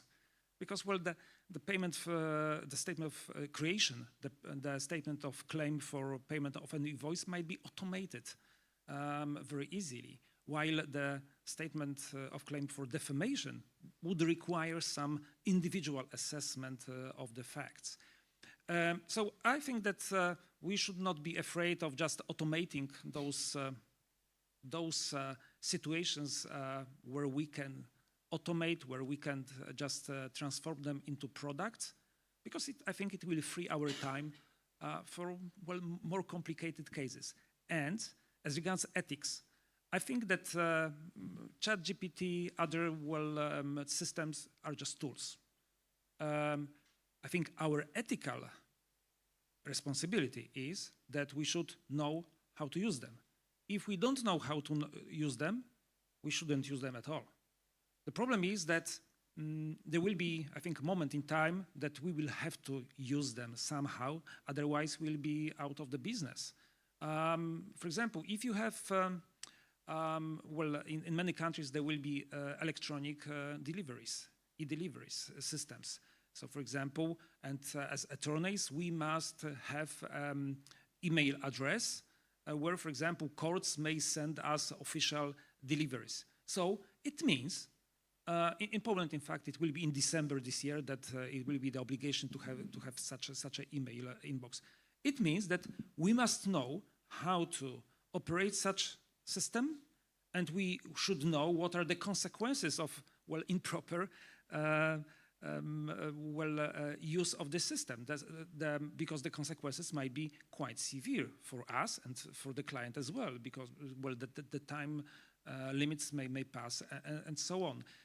I think that we should concentrate simply on really teaching lawyers how to use technology, not to be afraid of it, and how to embrace it, because even now lawyers have very problems with the most simple technology like email. Even in Poland, we have problems with that. For example, lawyers, attorneys at law are using a free of charge email inbox system, Gmail, free of charge.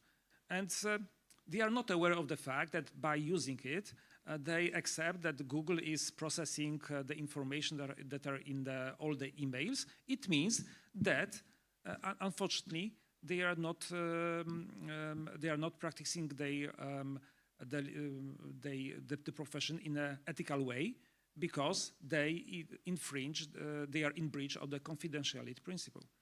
So I think there are many to be done, even on the lowest level, and I think we should just act on those levels, from the lowest email system to the highest AI systems. Education, education, and education.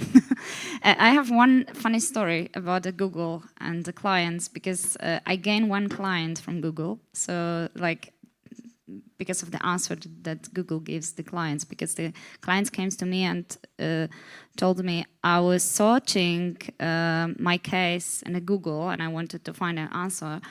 But when I clicked on the results, which looked quite similar, it was written, it could be very complicated and it's better to go to advice to the lawyers. So I'm coming because Google told me to go to the lawyers. So I think, yeah, it's a tool. We should understand that that's what Tomasz said. We have to operate an email. Last year or 2 years, yeah, 2 or 3 years that COVID started, we were forced to communicate online, to know how to use Zoom or Meets or other communication, because that was the way to meet the people, to communicate with the lawyers, other lawyers and our clients. So I think it's a necessary need. And summing up, because I think that it's lunchtime. Yeah, the last question, okay? Just last question, and I will ask. Okay, thank you. I have a question because many information, as we already said, about AI, law firms using AI come from USA, and this is not necessarily true for Europe, for Poland and our neighboring countries. Maybe this is our future, but I don't trust this is the same like in the US. So I have a question. Maybe especially, I know that Mr. Tomasz Zaleski works in the law office. So on the one hand, we see that the clients expect that the law offices will use some AI systems or some tools to make their work cheaper. But on the other hand, I think that the human nature is full of contradictions.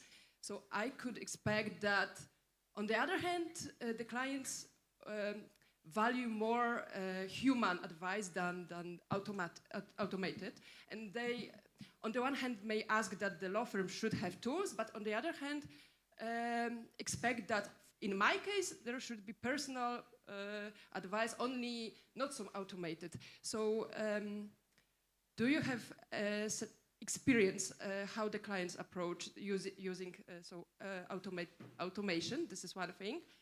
And how law firms, do they only brag that they have these tools? Do they reveal whenever they use these tools? How it is in our market? Maybe I will start shortly. So I think clients are very, very different. I remember that once I had a client who always called me after I sent to him email with advice. And what I did during this conversation, I just repeated what I wrote in my email, nothing else, just repeated and said, okay, thank you. Because he needed this human touch, okay, that I will tell the same just on phone. It will be better than just using email.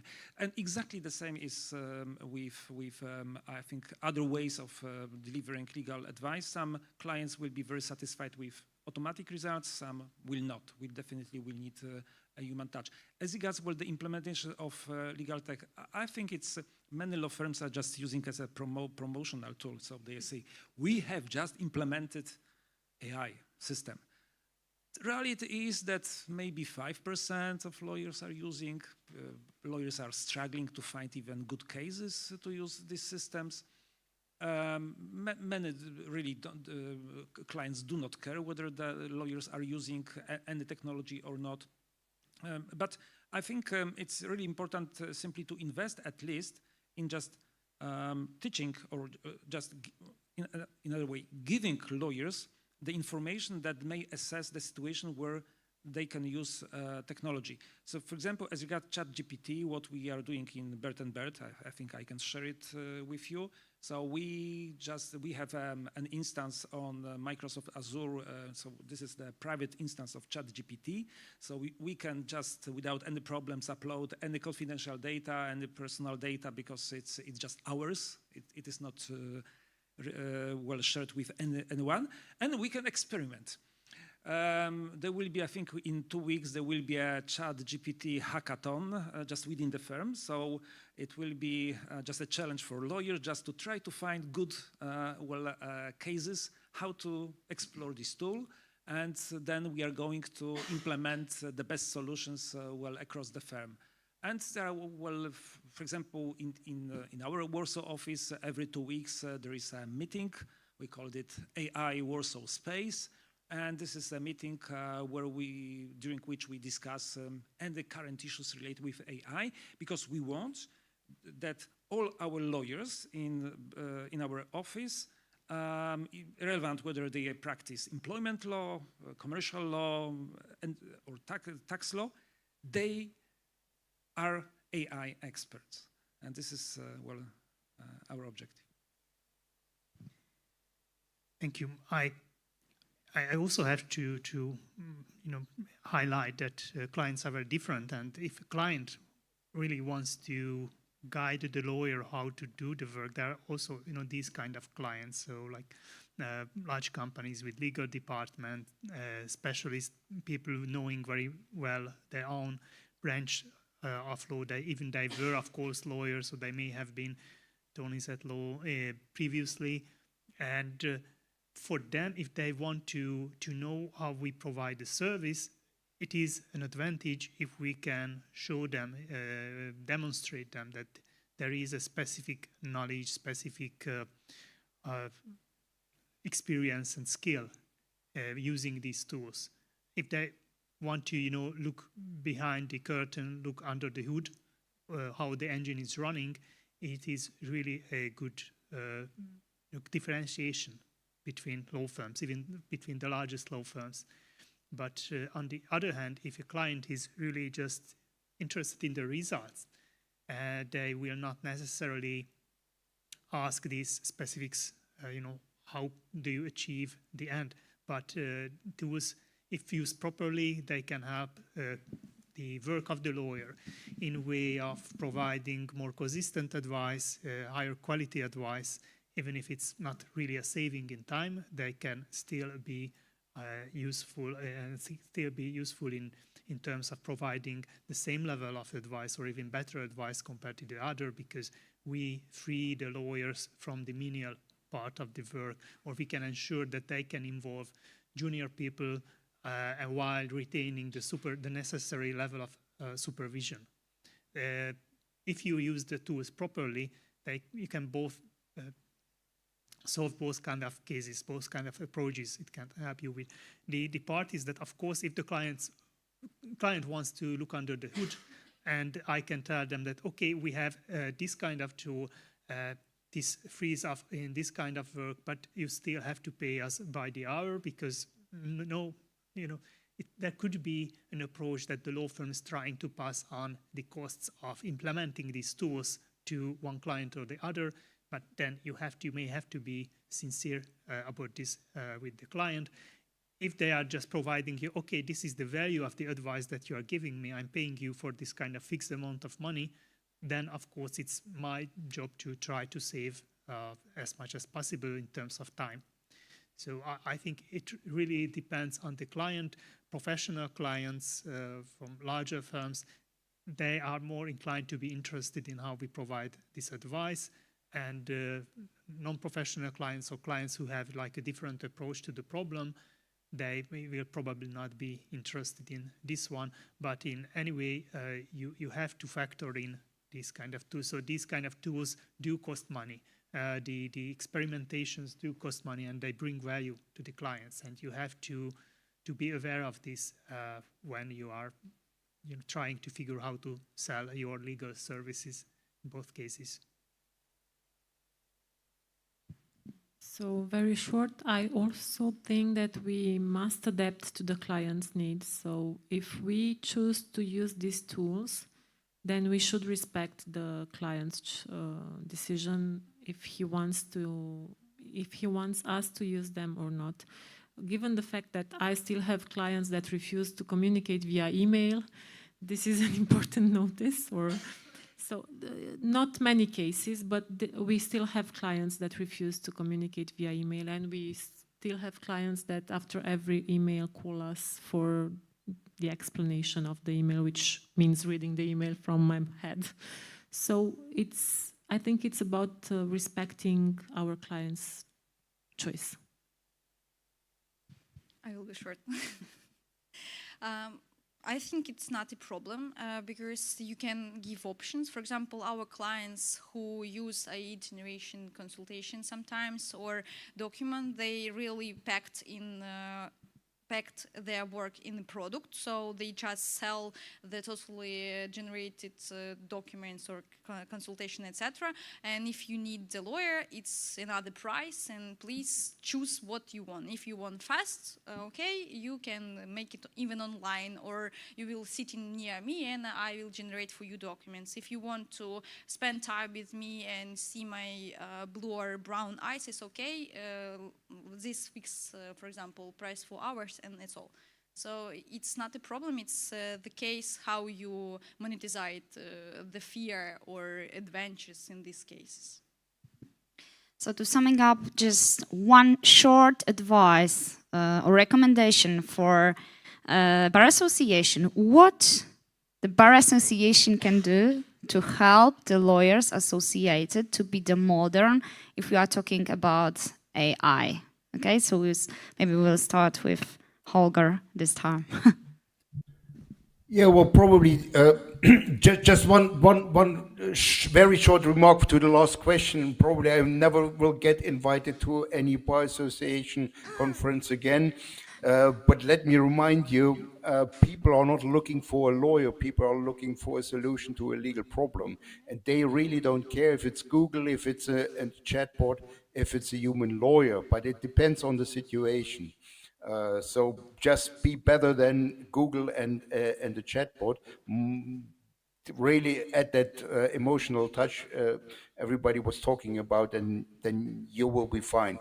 For the Bar Association and AI, just help lawyers, human lawyers, get rid of that fear of technology, or in particularly of AI, that AI will replace them in any particular fashion.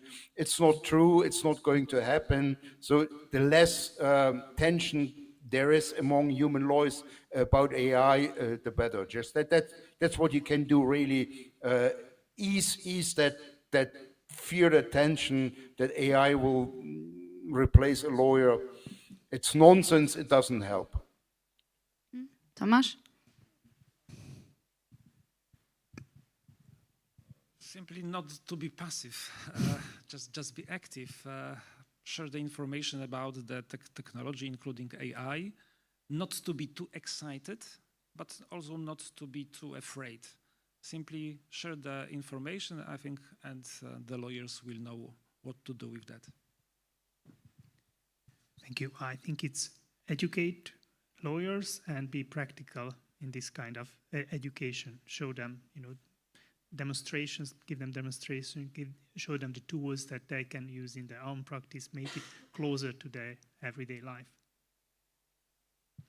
I also think that bars should involve in the lawyers' activity and should encourage them and learn them how to use these tools in order to enhance our values and their values. I think advice will be start raising not lawyers, but entrepreneurs who understand how they can use the technology for their own business, because it's not only about some hypothetical help or time saving, it's also about money, i.e. Even no-code platform, whatever, can help you to improve your own business, launch new product that can sell millions of, for example, cases with automate solution. And also, in such case, you will start thinking not like AI replace me, but how I can use AI to replace me, and I will be in vacation and it will be work. So I think it can be changed again. Or more billable hours, that's what Holger said. Okay, thank you very much for this session and this panel and your presentation. It was an honor to have this discussion, and now, as I understand, we have lunch time, so please welcome for the lunch. Thank you.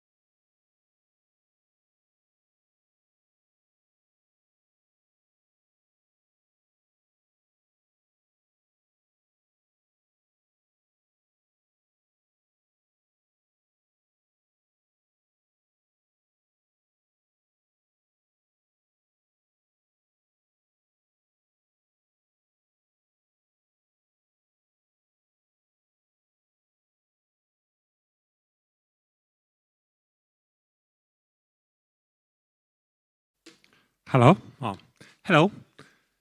Time to start the second session. My name is Mikołaj Ćmianowski, and I am representing our bar association in Warsaw.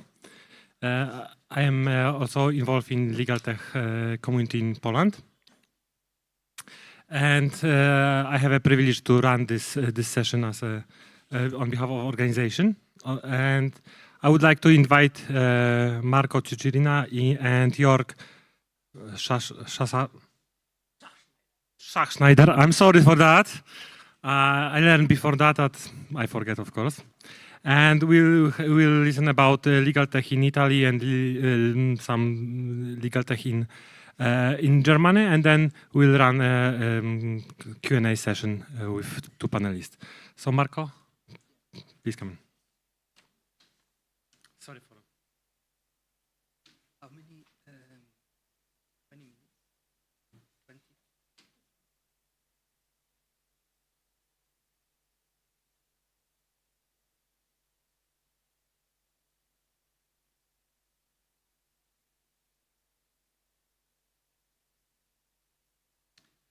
Okay. Thank you very much. Thank you for the invitation, for the organization of the event, to Magdalena, to all the people. Should I have it? Okay. Okay.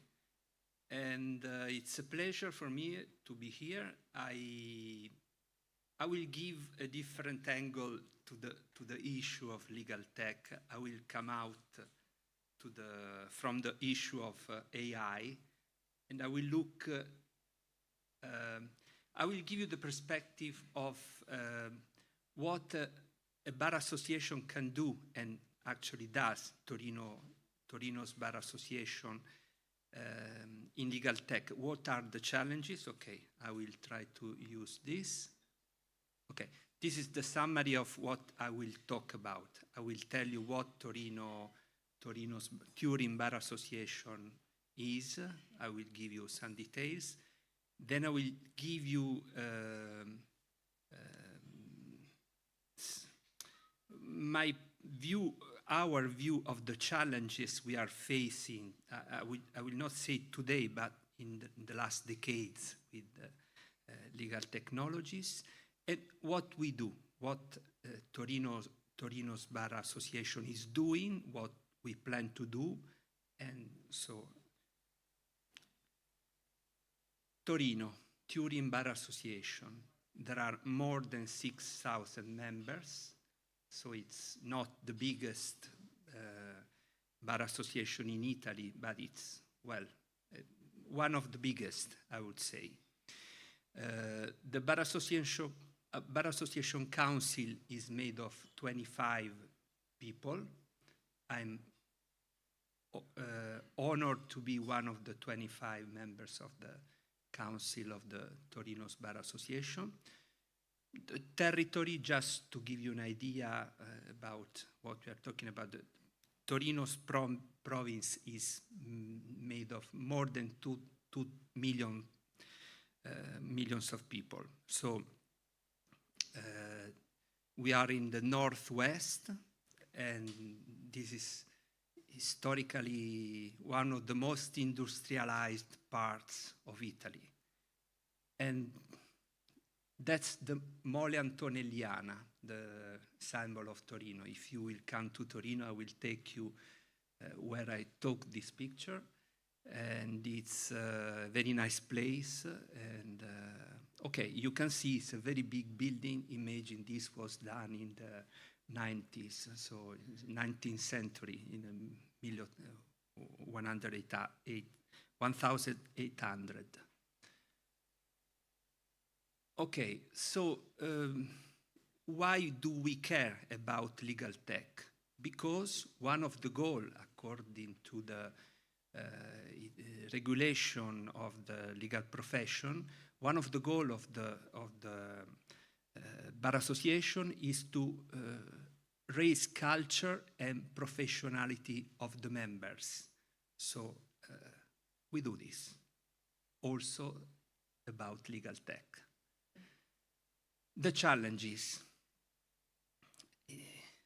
Now we are focusing on AI, but AI is just the last hype we have since many decades. It's a long time we face a continuous evolution of technology, of information technology, and of the law that applies to the use of technologies, information technologies. And what we face is lack of awareness of the problems, of the risks that are involved with the use, adoption, and legislation also of information technologies. And looking at the position of the lawyers, we see the need to raise awareness about risks involved by the application of data protection rules on one side, but also confidentiality issues, because, I will tell you some story maybe later. Then the third thing we find important to take care of is resisting the commodification of the role of lawyers. So we spoke a lot about, in earlier interventions, about the fact that we will remain, we are lawyers, we feel ourselves as a piece of society, a fundamental piece of society. I totally agree, but I'm also aware of the fact that outside there is the tendency to commodificate the role, the services provided by lawyers. So here there is something to do for a bar association. What we do. Torino's Bar Association, since many years, is doing different things, providing services to lawyers. So we have a nice website with lots of information, lots of things that can be used. We have, in Italy, since I would say more than 10, 15 years, more than 15 years, we have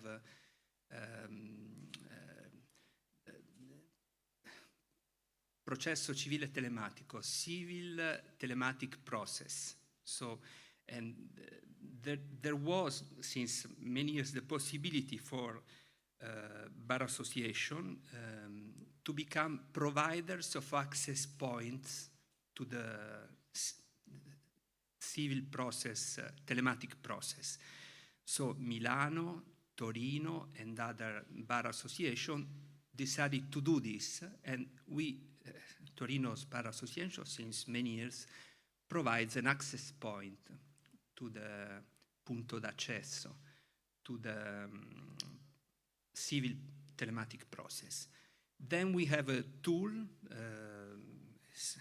platform, we call it Riconosco, recognize, through which lawyers can access and use services, different services that they need to have access to in relation to the bar association. So many things are done through this platform. Then we have an online board where it's possible to find partners, spaces, lawyers to help in your law firm and other things. We have PagoPA. PagoPA is a service that allows to pay online for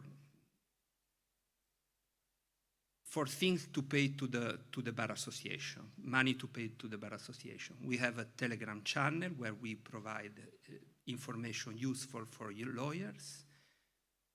We have legal databases available for lawyers, but in place. It's not possible to use it remotely. And we have other things, but I don't want to bother you. What we are doing now is developing an app that will make easier to use some services of the Torino Bar Association. It will be made available with a free and open source software license. So if other bar wants to reuse it, they can do it. And we are considering, we are focusing, we started to study the issue of the use of software as a service platform for storing data, sending email, making connection with clients that could not completely comply with the data protection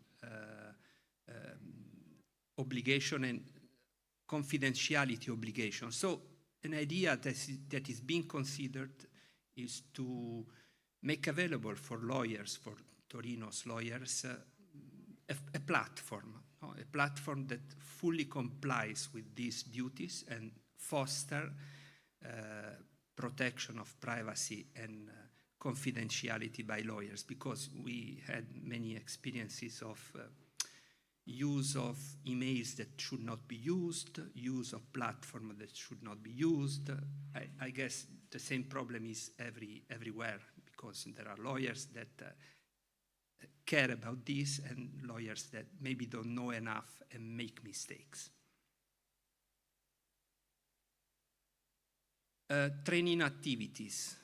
Of course, one of the duty of the Torino's Bar Association, like all bar association, is providing training services to increase the legal culture of the lawyers.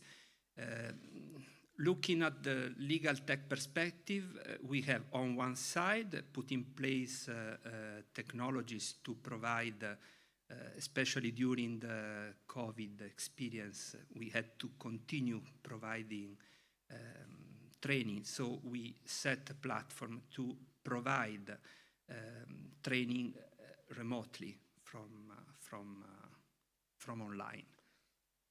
Concerning the content, we provide, in the last years, we provided a lot of training on how to use the telematic process.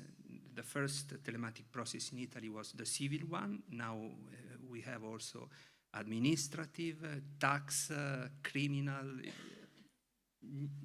Is spreading in all the sectors. Then we provided training on privacy, of course, also on the issue of confidentiality, use of technology, AI. I will give you further detail about AI. We have two specialized commissions in the Torino's Bar Association that deals with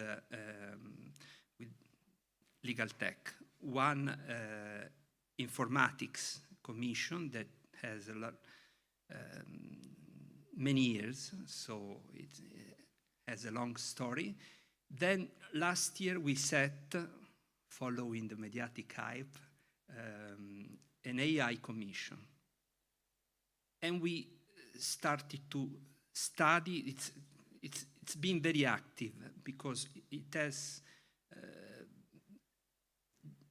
1 year and few months, but it has done a lot. I would say we had a big number of training on AI topic, and the other thing we are proud of, we thought it was important not only to be passive, but also to have a proactive role in this field, and we felt that what is going on right now needed intervention, support. So we wrote a position paper addressing the AI Act, particularly focusing on the issue of the AI definition in the AI Act, and the role of the issue of open source, which in the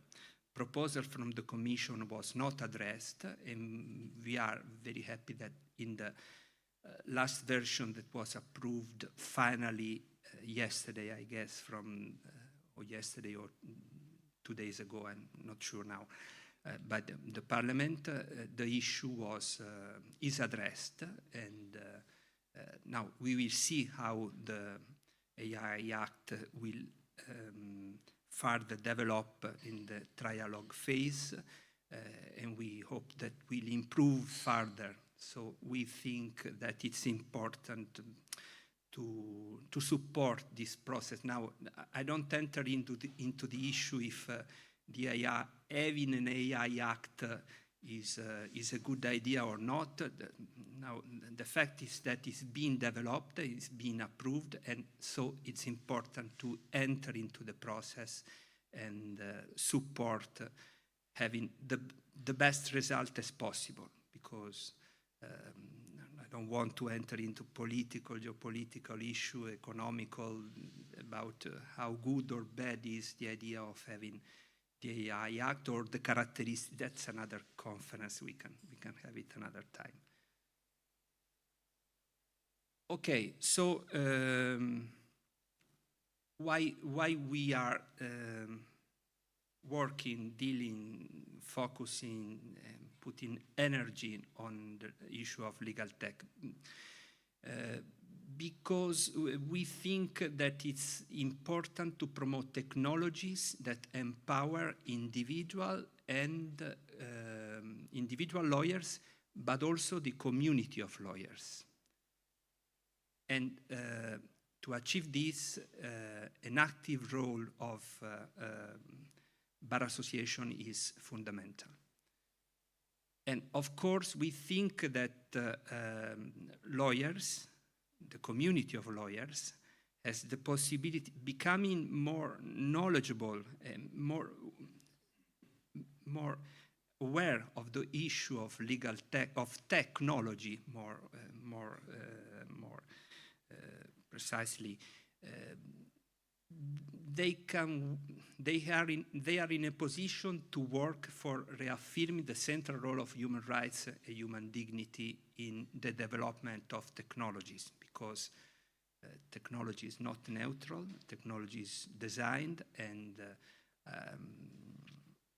I personally think that the role of lawyers, but also the bar, Torino Bar Council thinks that the role of lawyers is fundamental in, we have a task to accomplish, to say it shortly. Okay, I finished.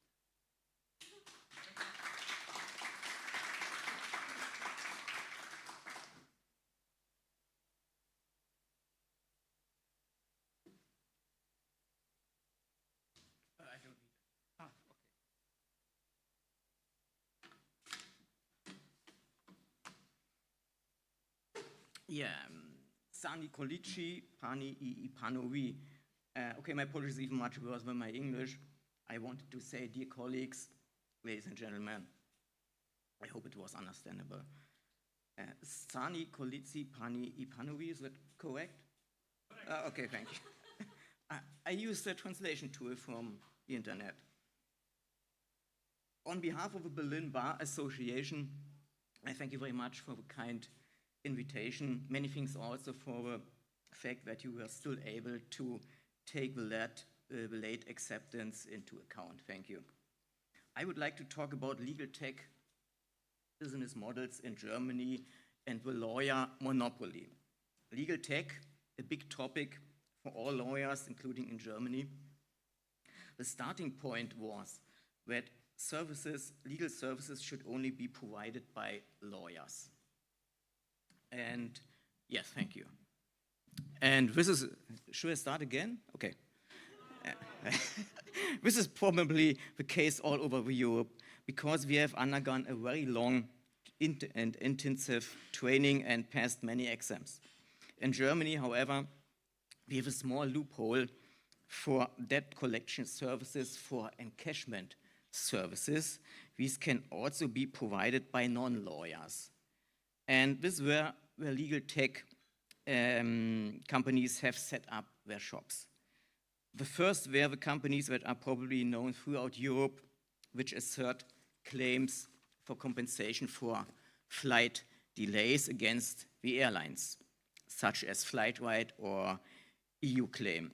Later and more recently came legal tech companies for traffic law if you break the speed limit.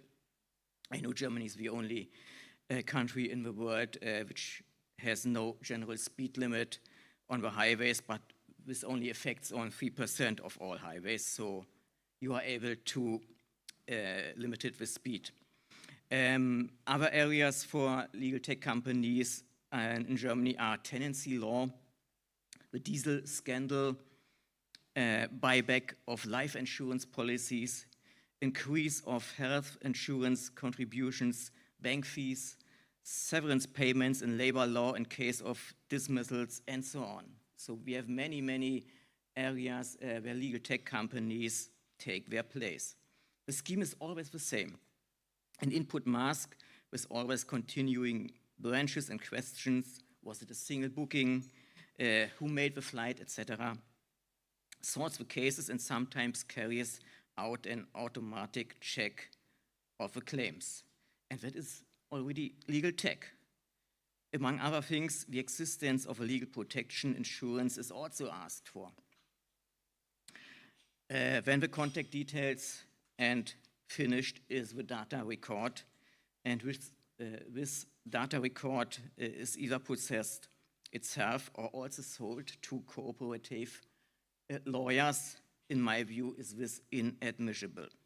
The legal tech companies in the flight delay and industry, for example, have also linked their systems to the airport delay databases, and probably all legal tech companies now use things like ChatGPT for standard communication because they can save much time and much costs. The comprehensive connection of legal tech with artificial intelligence will only be a matter of time. Legal tech companies in Germany have thus occupied lawyers' fields of activity via the diversions of debt collection services, at least in the pre-court and Dunning court area. German case law, in particular, has increasingly expanded the concept of debt collection. Original debt collection encashment was mainly about the collection of uncontested claims, whether they are titled or not. In the meantime, however, it also includes the examination of the prerequisites for a claim combined with the assertion of claims for information and everything what was original purely a lawyer's activity. They can make all, like a lawyer. The Federal Court of Justice in Germany, the highest civil court, the Bundesgerichtshof, confirmed the permissibility of the activities of Mietweit.de. It is a legal tech company for tenants, you know it already, which uses legal tech to check rent levels and assert claims against the landlords. It was covered by the Legal Services Act, so the meaning of the Bundesgerichtshof. Legal Services Act is in German the Rechtsdienstleistungsgesetz. Yes, we have sometimes some really very long word in Germany like Rechtsdienstleistungsgesetz or Datenschutzgrundverordnung, but what I'm saying, look at my last name. One day it becomes very expensive on a tombstone, but this would not be my care. The decision of the Federal Supreme Court, which I consider grotesquely wrong, the lawyer monopoly was fell in wide areas, and it's true that lawyers are always involved in legal tech companies. Sometimes they are the founder, sometimes they are in the board, members of the board. But with a legal tech company, the manifold restrictions to which lawyers are subject as organs of the administration of justice can be circumvented. This is because a legal tech company is not a lawyer, and so they are not subject to the professional regulations for lawyers. Arguments of the legal policy, such as facilitating access to justice or what it would allegedly be difficult to find a lawyer for lower amounts in dispute, like claims for flight delays, probably also played a role in the decision of the Federal Court of Justice. However, this overlooks the fact that access to justice, if you use a legal tech company, is definitely denied at a level of 25 to 40%, because that is the success commission of a legal tech company. And this is true even in cases where the chance of success is 99%. They take 25% to up to 40%, even in these cases where you have a success of 99%. If you take a lawyer for these cases, you get back all the costs of a lawyer from the loser of the dispute. From the airline, for example, in flight delay cases. Furthermore, consumers who want to enforce claims with the help of legal tech companies have to agree to extensive general terms and conditions which, among other things, authorize the company to conclude settlements even without the consumer's consent. It is obvious that when violent conflicts of interests can arise between legal tech companies and consumers. Suffice it to say that a lawsuit could require a very expensive expert opinion, which could considerably increase the cost risk for the legal tech company, while a settlement would end the matter favorably for the company, possibly at the expense of the interests of the consumer, who can no longer decide on this. If you have a lawyer, you have to ask your client, is that okay or is it not okay? In Germany, therefore, the lawyer's monopoly has in fact already fallen in large areas due to the case law of the Federal Court of Justice, the Bundesgerichtshof. Legal tech is used to circumvent the lawyer's monopoly in Germany. We heard already that it is in Ukraine no problem. In Germany, it is a problem, but solved by the Bundesgerichtshof. Another consequence of the fact that a legal tech company is not subject to the professional law of lawyers is that the companies can agree on a success fee. This is something which is generally prohibited for lawyers in Germany. It is true that there have recently been some relaxations for lawyers. A success fee is now allowed for a month in dispute of up to 2,000 euros and before court. But legal tech companies are now also penetrating areas with very large amounts in dispute, such as inheritance law. And the success of legal tech companies is not based on a better legal service as provided by a lawyer, but solely on the fact that they appeal to their clients with the unlimited success fee model. No success equals means no payment obligation for the client. And this is an advance that lawyers can't beat.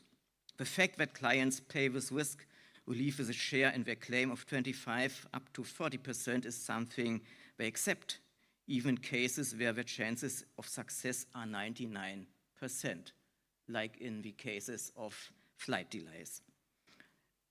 Because without legal advice, they basically don't find out about their very high chances of success. If a client comes to a lawyer, he tells them of the chances of success. And the second thing of success for legal tech companies is, of course, search engine optimization on Google, so that they always appear on the first page at the top of Google or Yahoo. Please allow me a short excursion of my topic on artificial intelligence, as artificial intelligence and legal tech can be very closely linked. Maybe not now, but in the future. The view of many lawyers, we heard already about that on this day, is it possible that they will one day replaced by AI? Looking only at the current state of artificial intelligence, which is not such intelligent and produces many errors does not help. Because the development of AI will not,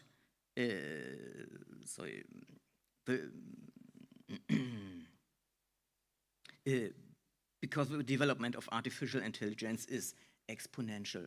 It grows not only so, but goes exponential. Nevertheless, artificial intelligence will not replace us lawyers. But it could be that lawyers who use AI will replace those lawyers who do not. A fact that we also heard here on this morning. Compared to the present time, the lawyers who use decisions, collections, and legal commentaries today are just as superior to those lawyers who do not. In Germany, we have a kind of lawyers' parliament, but without independent lawmaking power. It is the Satzungsversammlung. English translation would be statutory assembly, of which I'm allowed to be a member, like all members elected by our 168,000 lawyers in Germany. We have set up, like you in your bar in Turin, a new committee on legal tech in 2019 to see what impact legal tech can have on the legal profession, to what extent lawyers can use legal tech themselves, and what lawyers' liability should look like in the event of errors in a legal tech product. I wrote this text myself without artificial intelligence like ChatGPT, but I used a translation tool for the translation into English. And I did it myself. I didn't need an instruction, and I did it without any help from a third party. That saved me a lot of time. I'm a little bit crazy, but not such crazy to translate 6 pages into English. Of course, I controlled the translation, and that must always be possible. Human control of any and thus also artificial intelligence. I realize that my speech is a bit too short. The German version was much, much longer, but better too short than too long. Let me offer one last consolation, not only for us lawyers, but also for us humans. Artificial intelligence will probably never be able to invent such a sentence. You can say you to me. Thank you.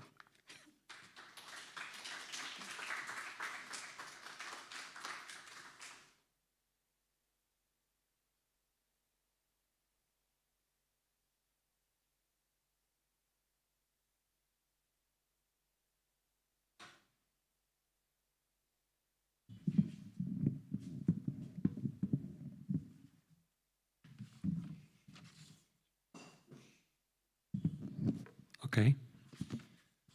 Thank you for your presentation. Why do you use Google Translator, not a DeepL? Because in Poland, DeepL, of course, I knew it. It's much better. In Poland, we prefer using DeepL than not Google Translator for this translation. I was lucky that I find DeepL first. That's true. Yeah, that was my question. Okay. And okay, guys, Marco, you said that you perform training for people for your which provide your bar, and so how you organize this training for lawyers to raise awareness of use of technology, because this is quite complicated, and how do you organize this training for people? Is it structural, or it's incidental, or do you provide them information how to use the technology, the concrete products, or? We do conferences on the topics that I mentioned you. Some conferences on the telematic process, because especially in the past year on the civil now. In criminal law, in the new, they need to learn, and we make conferences on that. And about AI, we did conferences to foster comprehension of the technology, so on different aspects, different issues. So typical conferences. Do you provide any guidelines for people how to use the technology, legal tech technology? There is no formal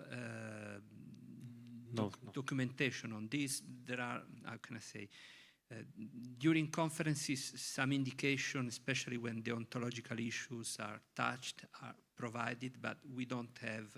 Maybe we could do it one day, but it's very difficult because if you write down something. That's why I am asking, because we face this problem in Poland. So I am asking how you, if maybe you have a solution for this. No. Okay. We know that we are in we need to talk more. We need to. Of course. We know that the same. Do you have any training for lawyers in Germany in how to use the technology? No, we have a committee which is watching the legal tech development. I think it is not such difficult to use the tools. I can do it myself. I think we are not stupid.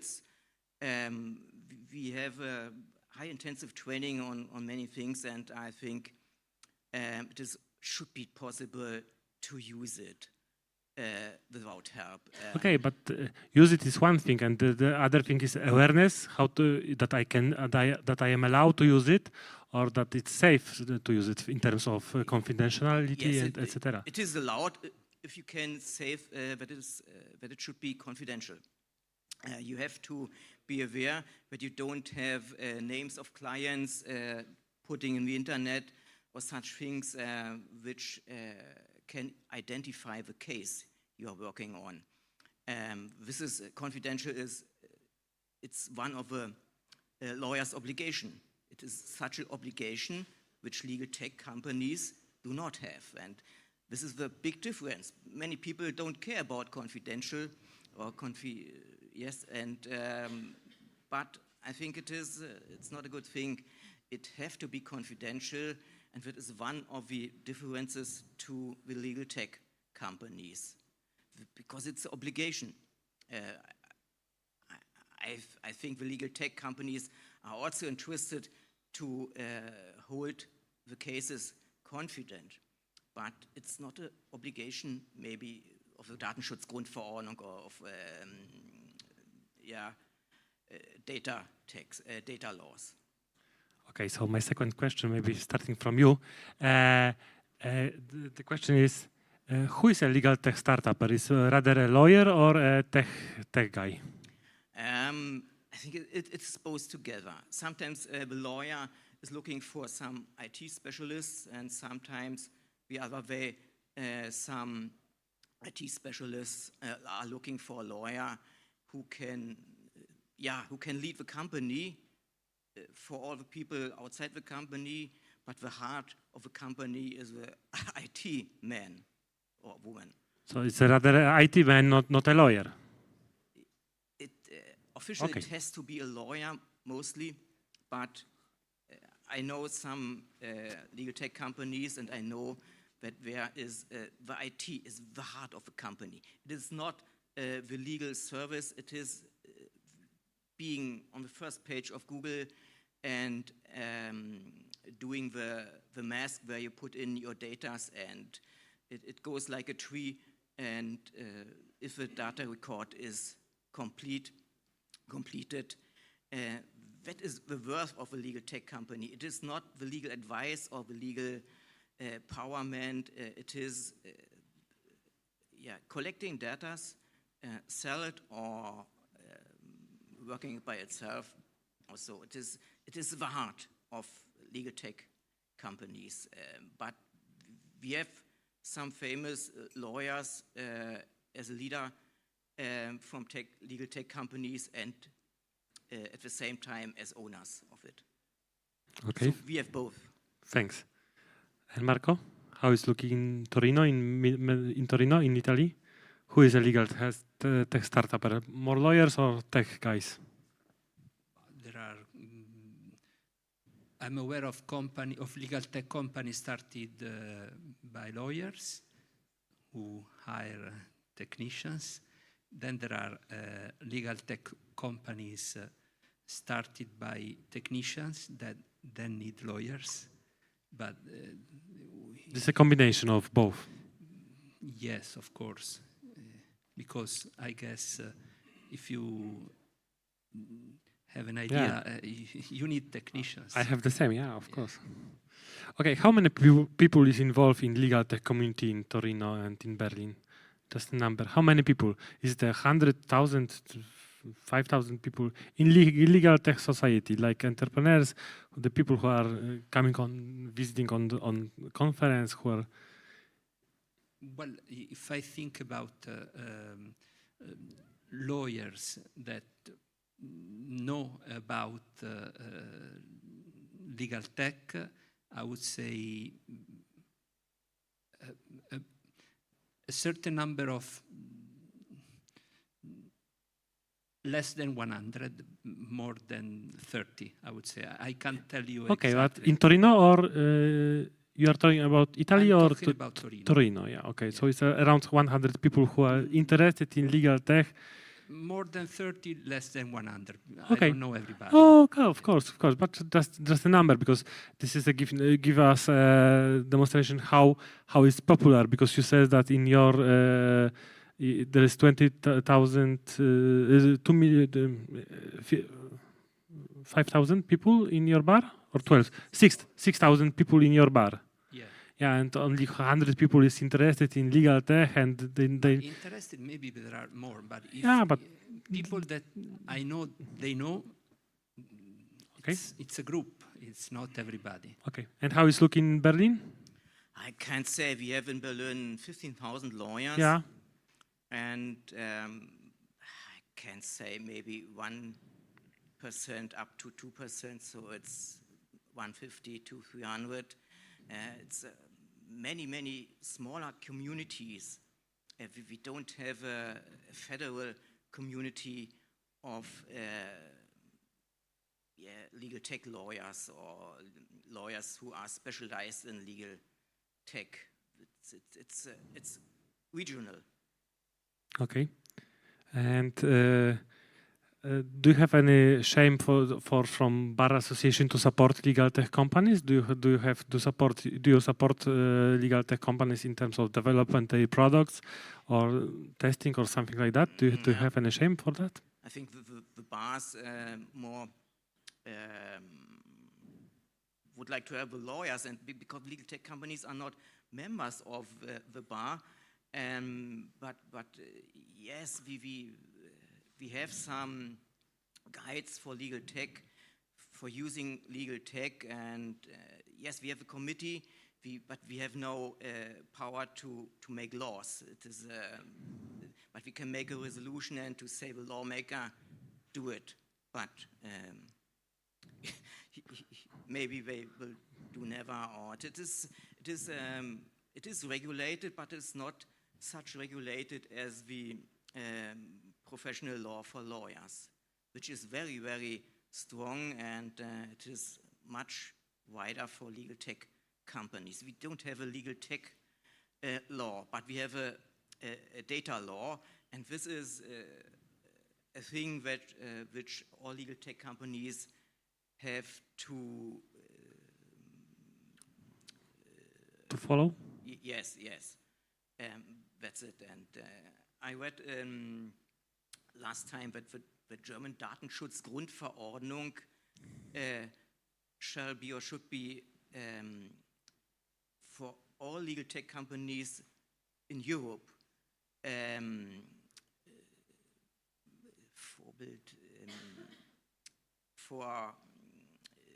They should, I don't know the word for it, they should watch the Datenschutzgrundverordnung. If they watch the German Datenschutzgrundverordnung, they can be sure that they have no problems in whole Europe, because it's the German Datenschutzgrundverordnung.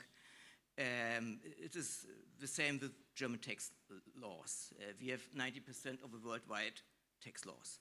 And the Datenschutzgrundverordnung is the same as by tax laws. So if you have a legal tech company anywhere in Europe and want to be sure that everything is okay with data, watch the Datenschutzgrundverordnung.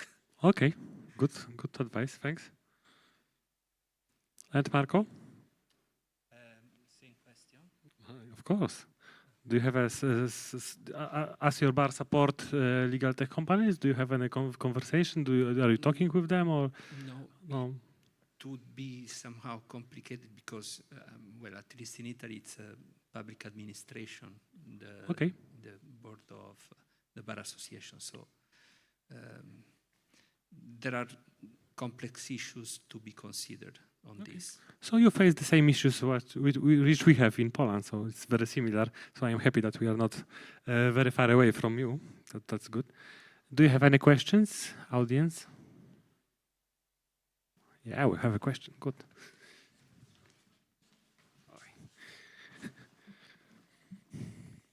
I am Daniela De Pasquale from the Milan Bar. It's just a practical question, mine. I would like to have some examples of the kind of legal tech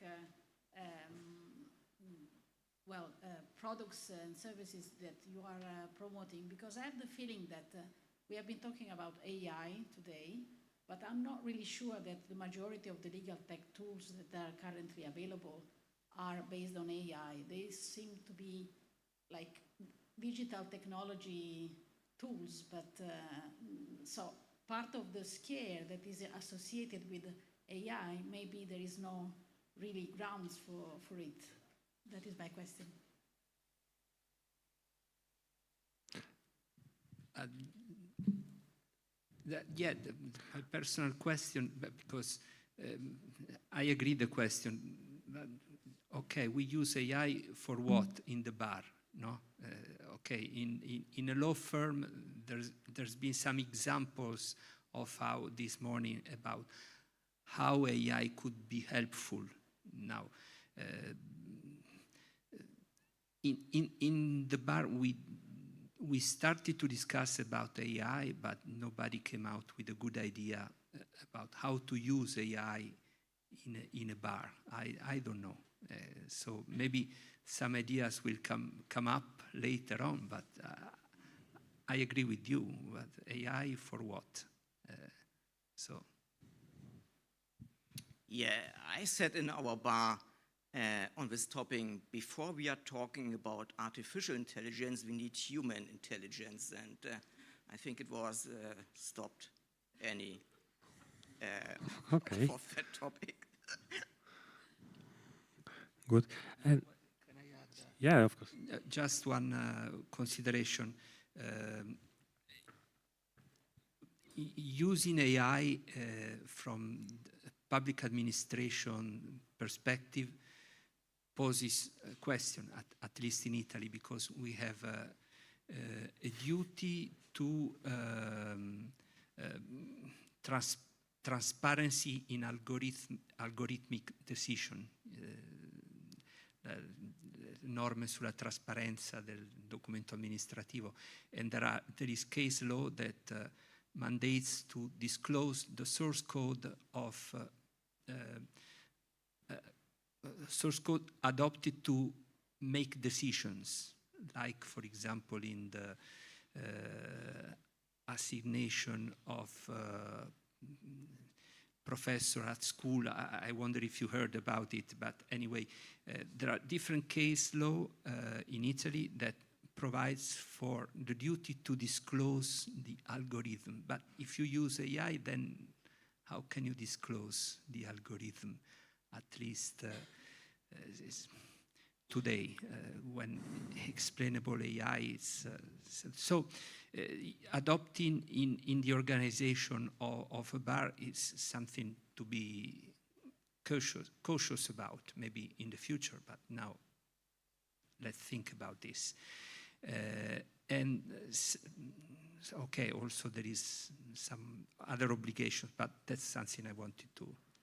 I think lawyers you just use the regular solution which is available for everybody, and there is an AI inside. And for the legal tech, because we are talking about legal tech solution, this is very often we can understand this not as a general Google Translator or DeepL, which is available for everybody, but the legal tech like software special produced for lawyers to be used. And that's right, there is not very often involved with AI inside this software. Yeah, this is maybe machine learning, but I don't know. Okay, there's another question. I have a question for the representative of Berlin Bar especially. You've mentioned the fact that back in Berlin you are confronting with the problem, the fact that non-lawyers involved in your activity. I want to know, if possible, how is the Berlin Bar fighting this thing? And if the members of the bar have thought to use the same weapons as the opponents, legal tech and AI. Yes, the decision of the Supreme Court of the Bundesgerichtshof, the Berlin Bar was the prosecutor of a legal tech Unternehmen. It was meetwhite.de. And I said, do it, because our members are asking, you don't help us, you are looking that legal tech companies come in our markets, and you don't do anything to pretend to defend us for that, but yes, it was the decision of the Supreme Court, the Civil Supreme Court, and it is like it is. And so I think the best thing is that we also hear, if a lawyer uses a legal tech tool, it comes with much better results than maybe a legal tech company uses it, or when a consumer uses it. It is the same as Dr. Google.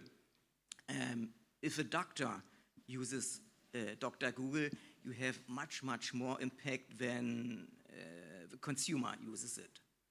And I think it's the same with legal tech tools and with AI. I think, and Mr. Holger from Holger Scheige, he said we still not have real AI. AI is not real intelligent now. But I said already that the development of that is exponential. And one day maybe it became intelligent, or it becomes intelligent, I don't know. But I think so. This will be the development, and the humans have to watch this development in any step. That's Another question? No, thank you very much, guys, for interesting conversation and your view of how it's looking in Torino and Berlin. And I am happy that in Warsaw it looks very similar as you have, so that's very good. And see you later. See you later. Finished.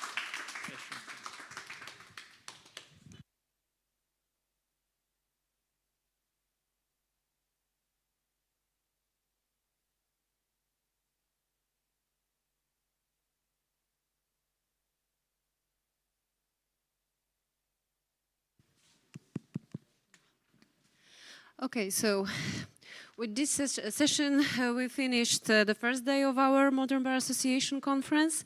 Dear participants, dear speakers, dear moderators, thank you very much for your presence today. I would like to remind that tomorrow we're going to see here at 11, so please be punctual. I recommend you to be here even half an hour earlier. We will be open and waiting for you, so please be punctual and have a good evening today. See you tomorrow. Thank you.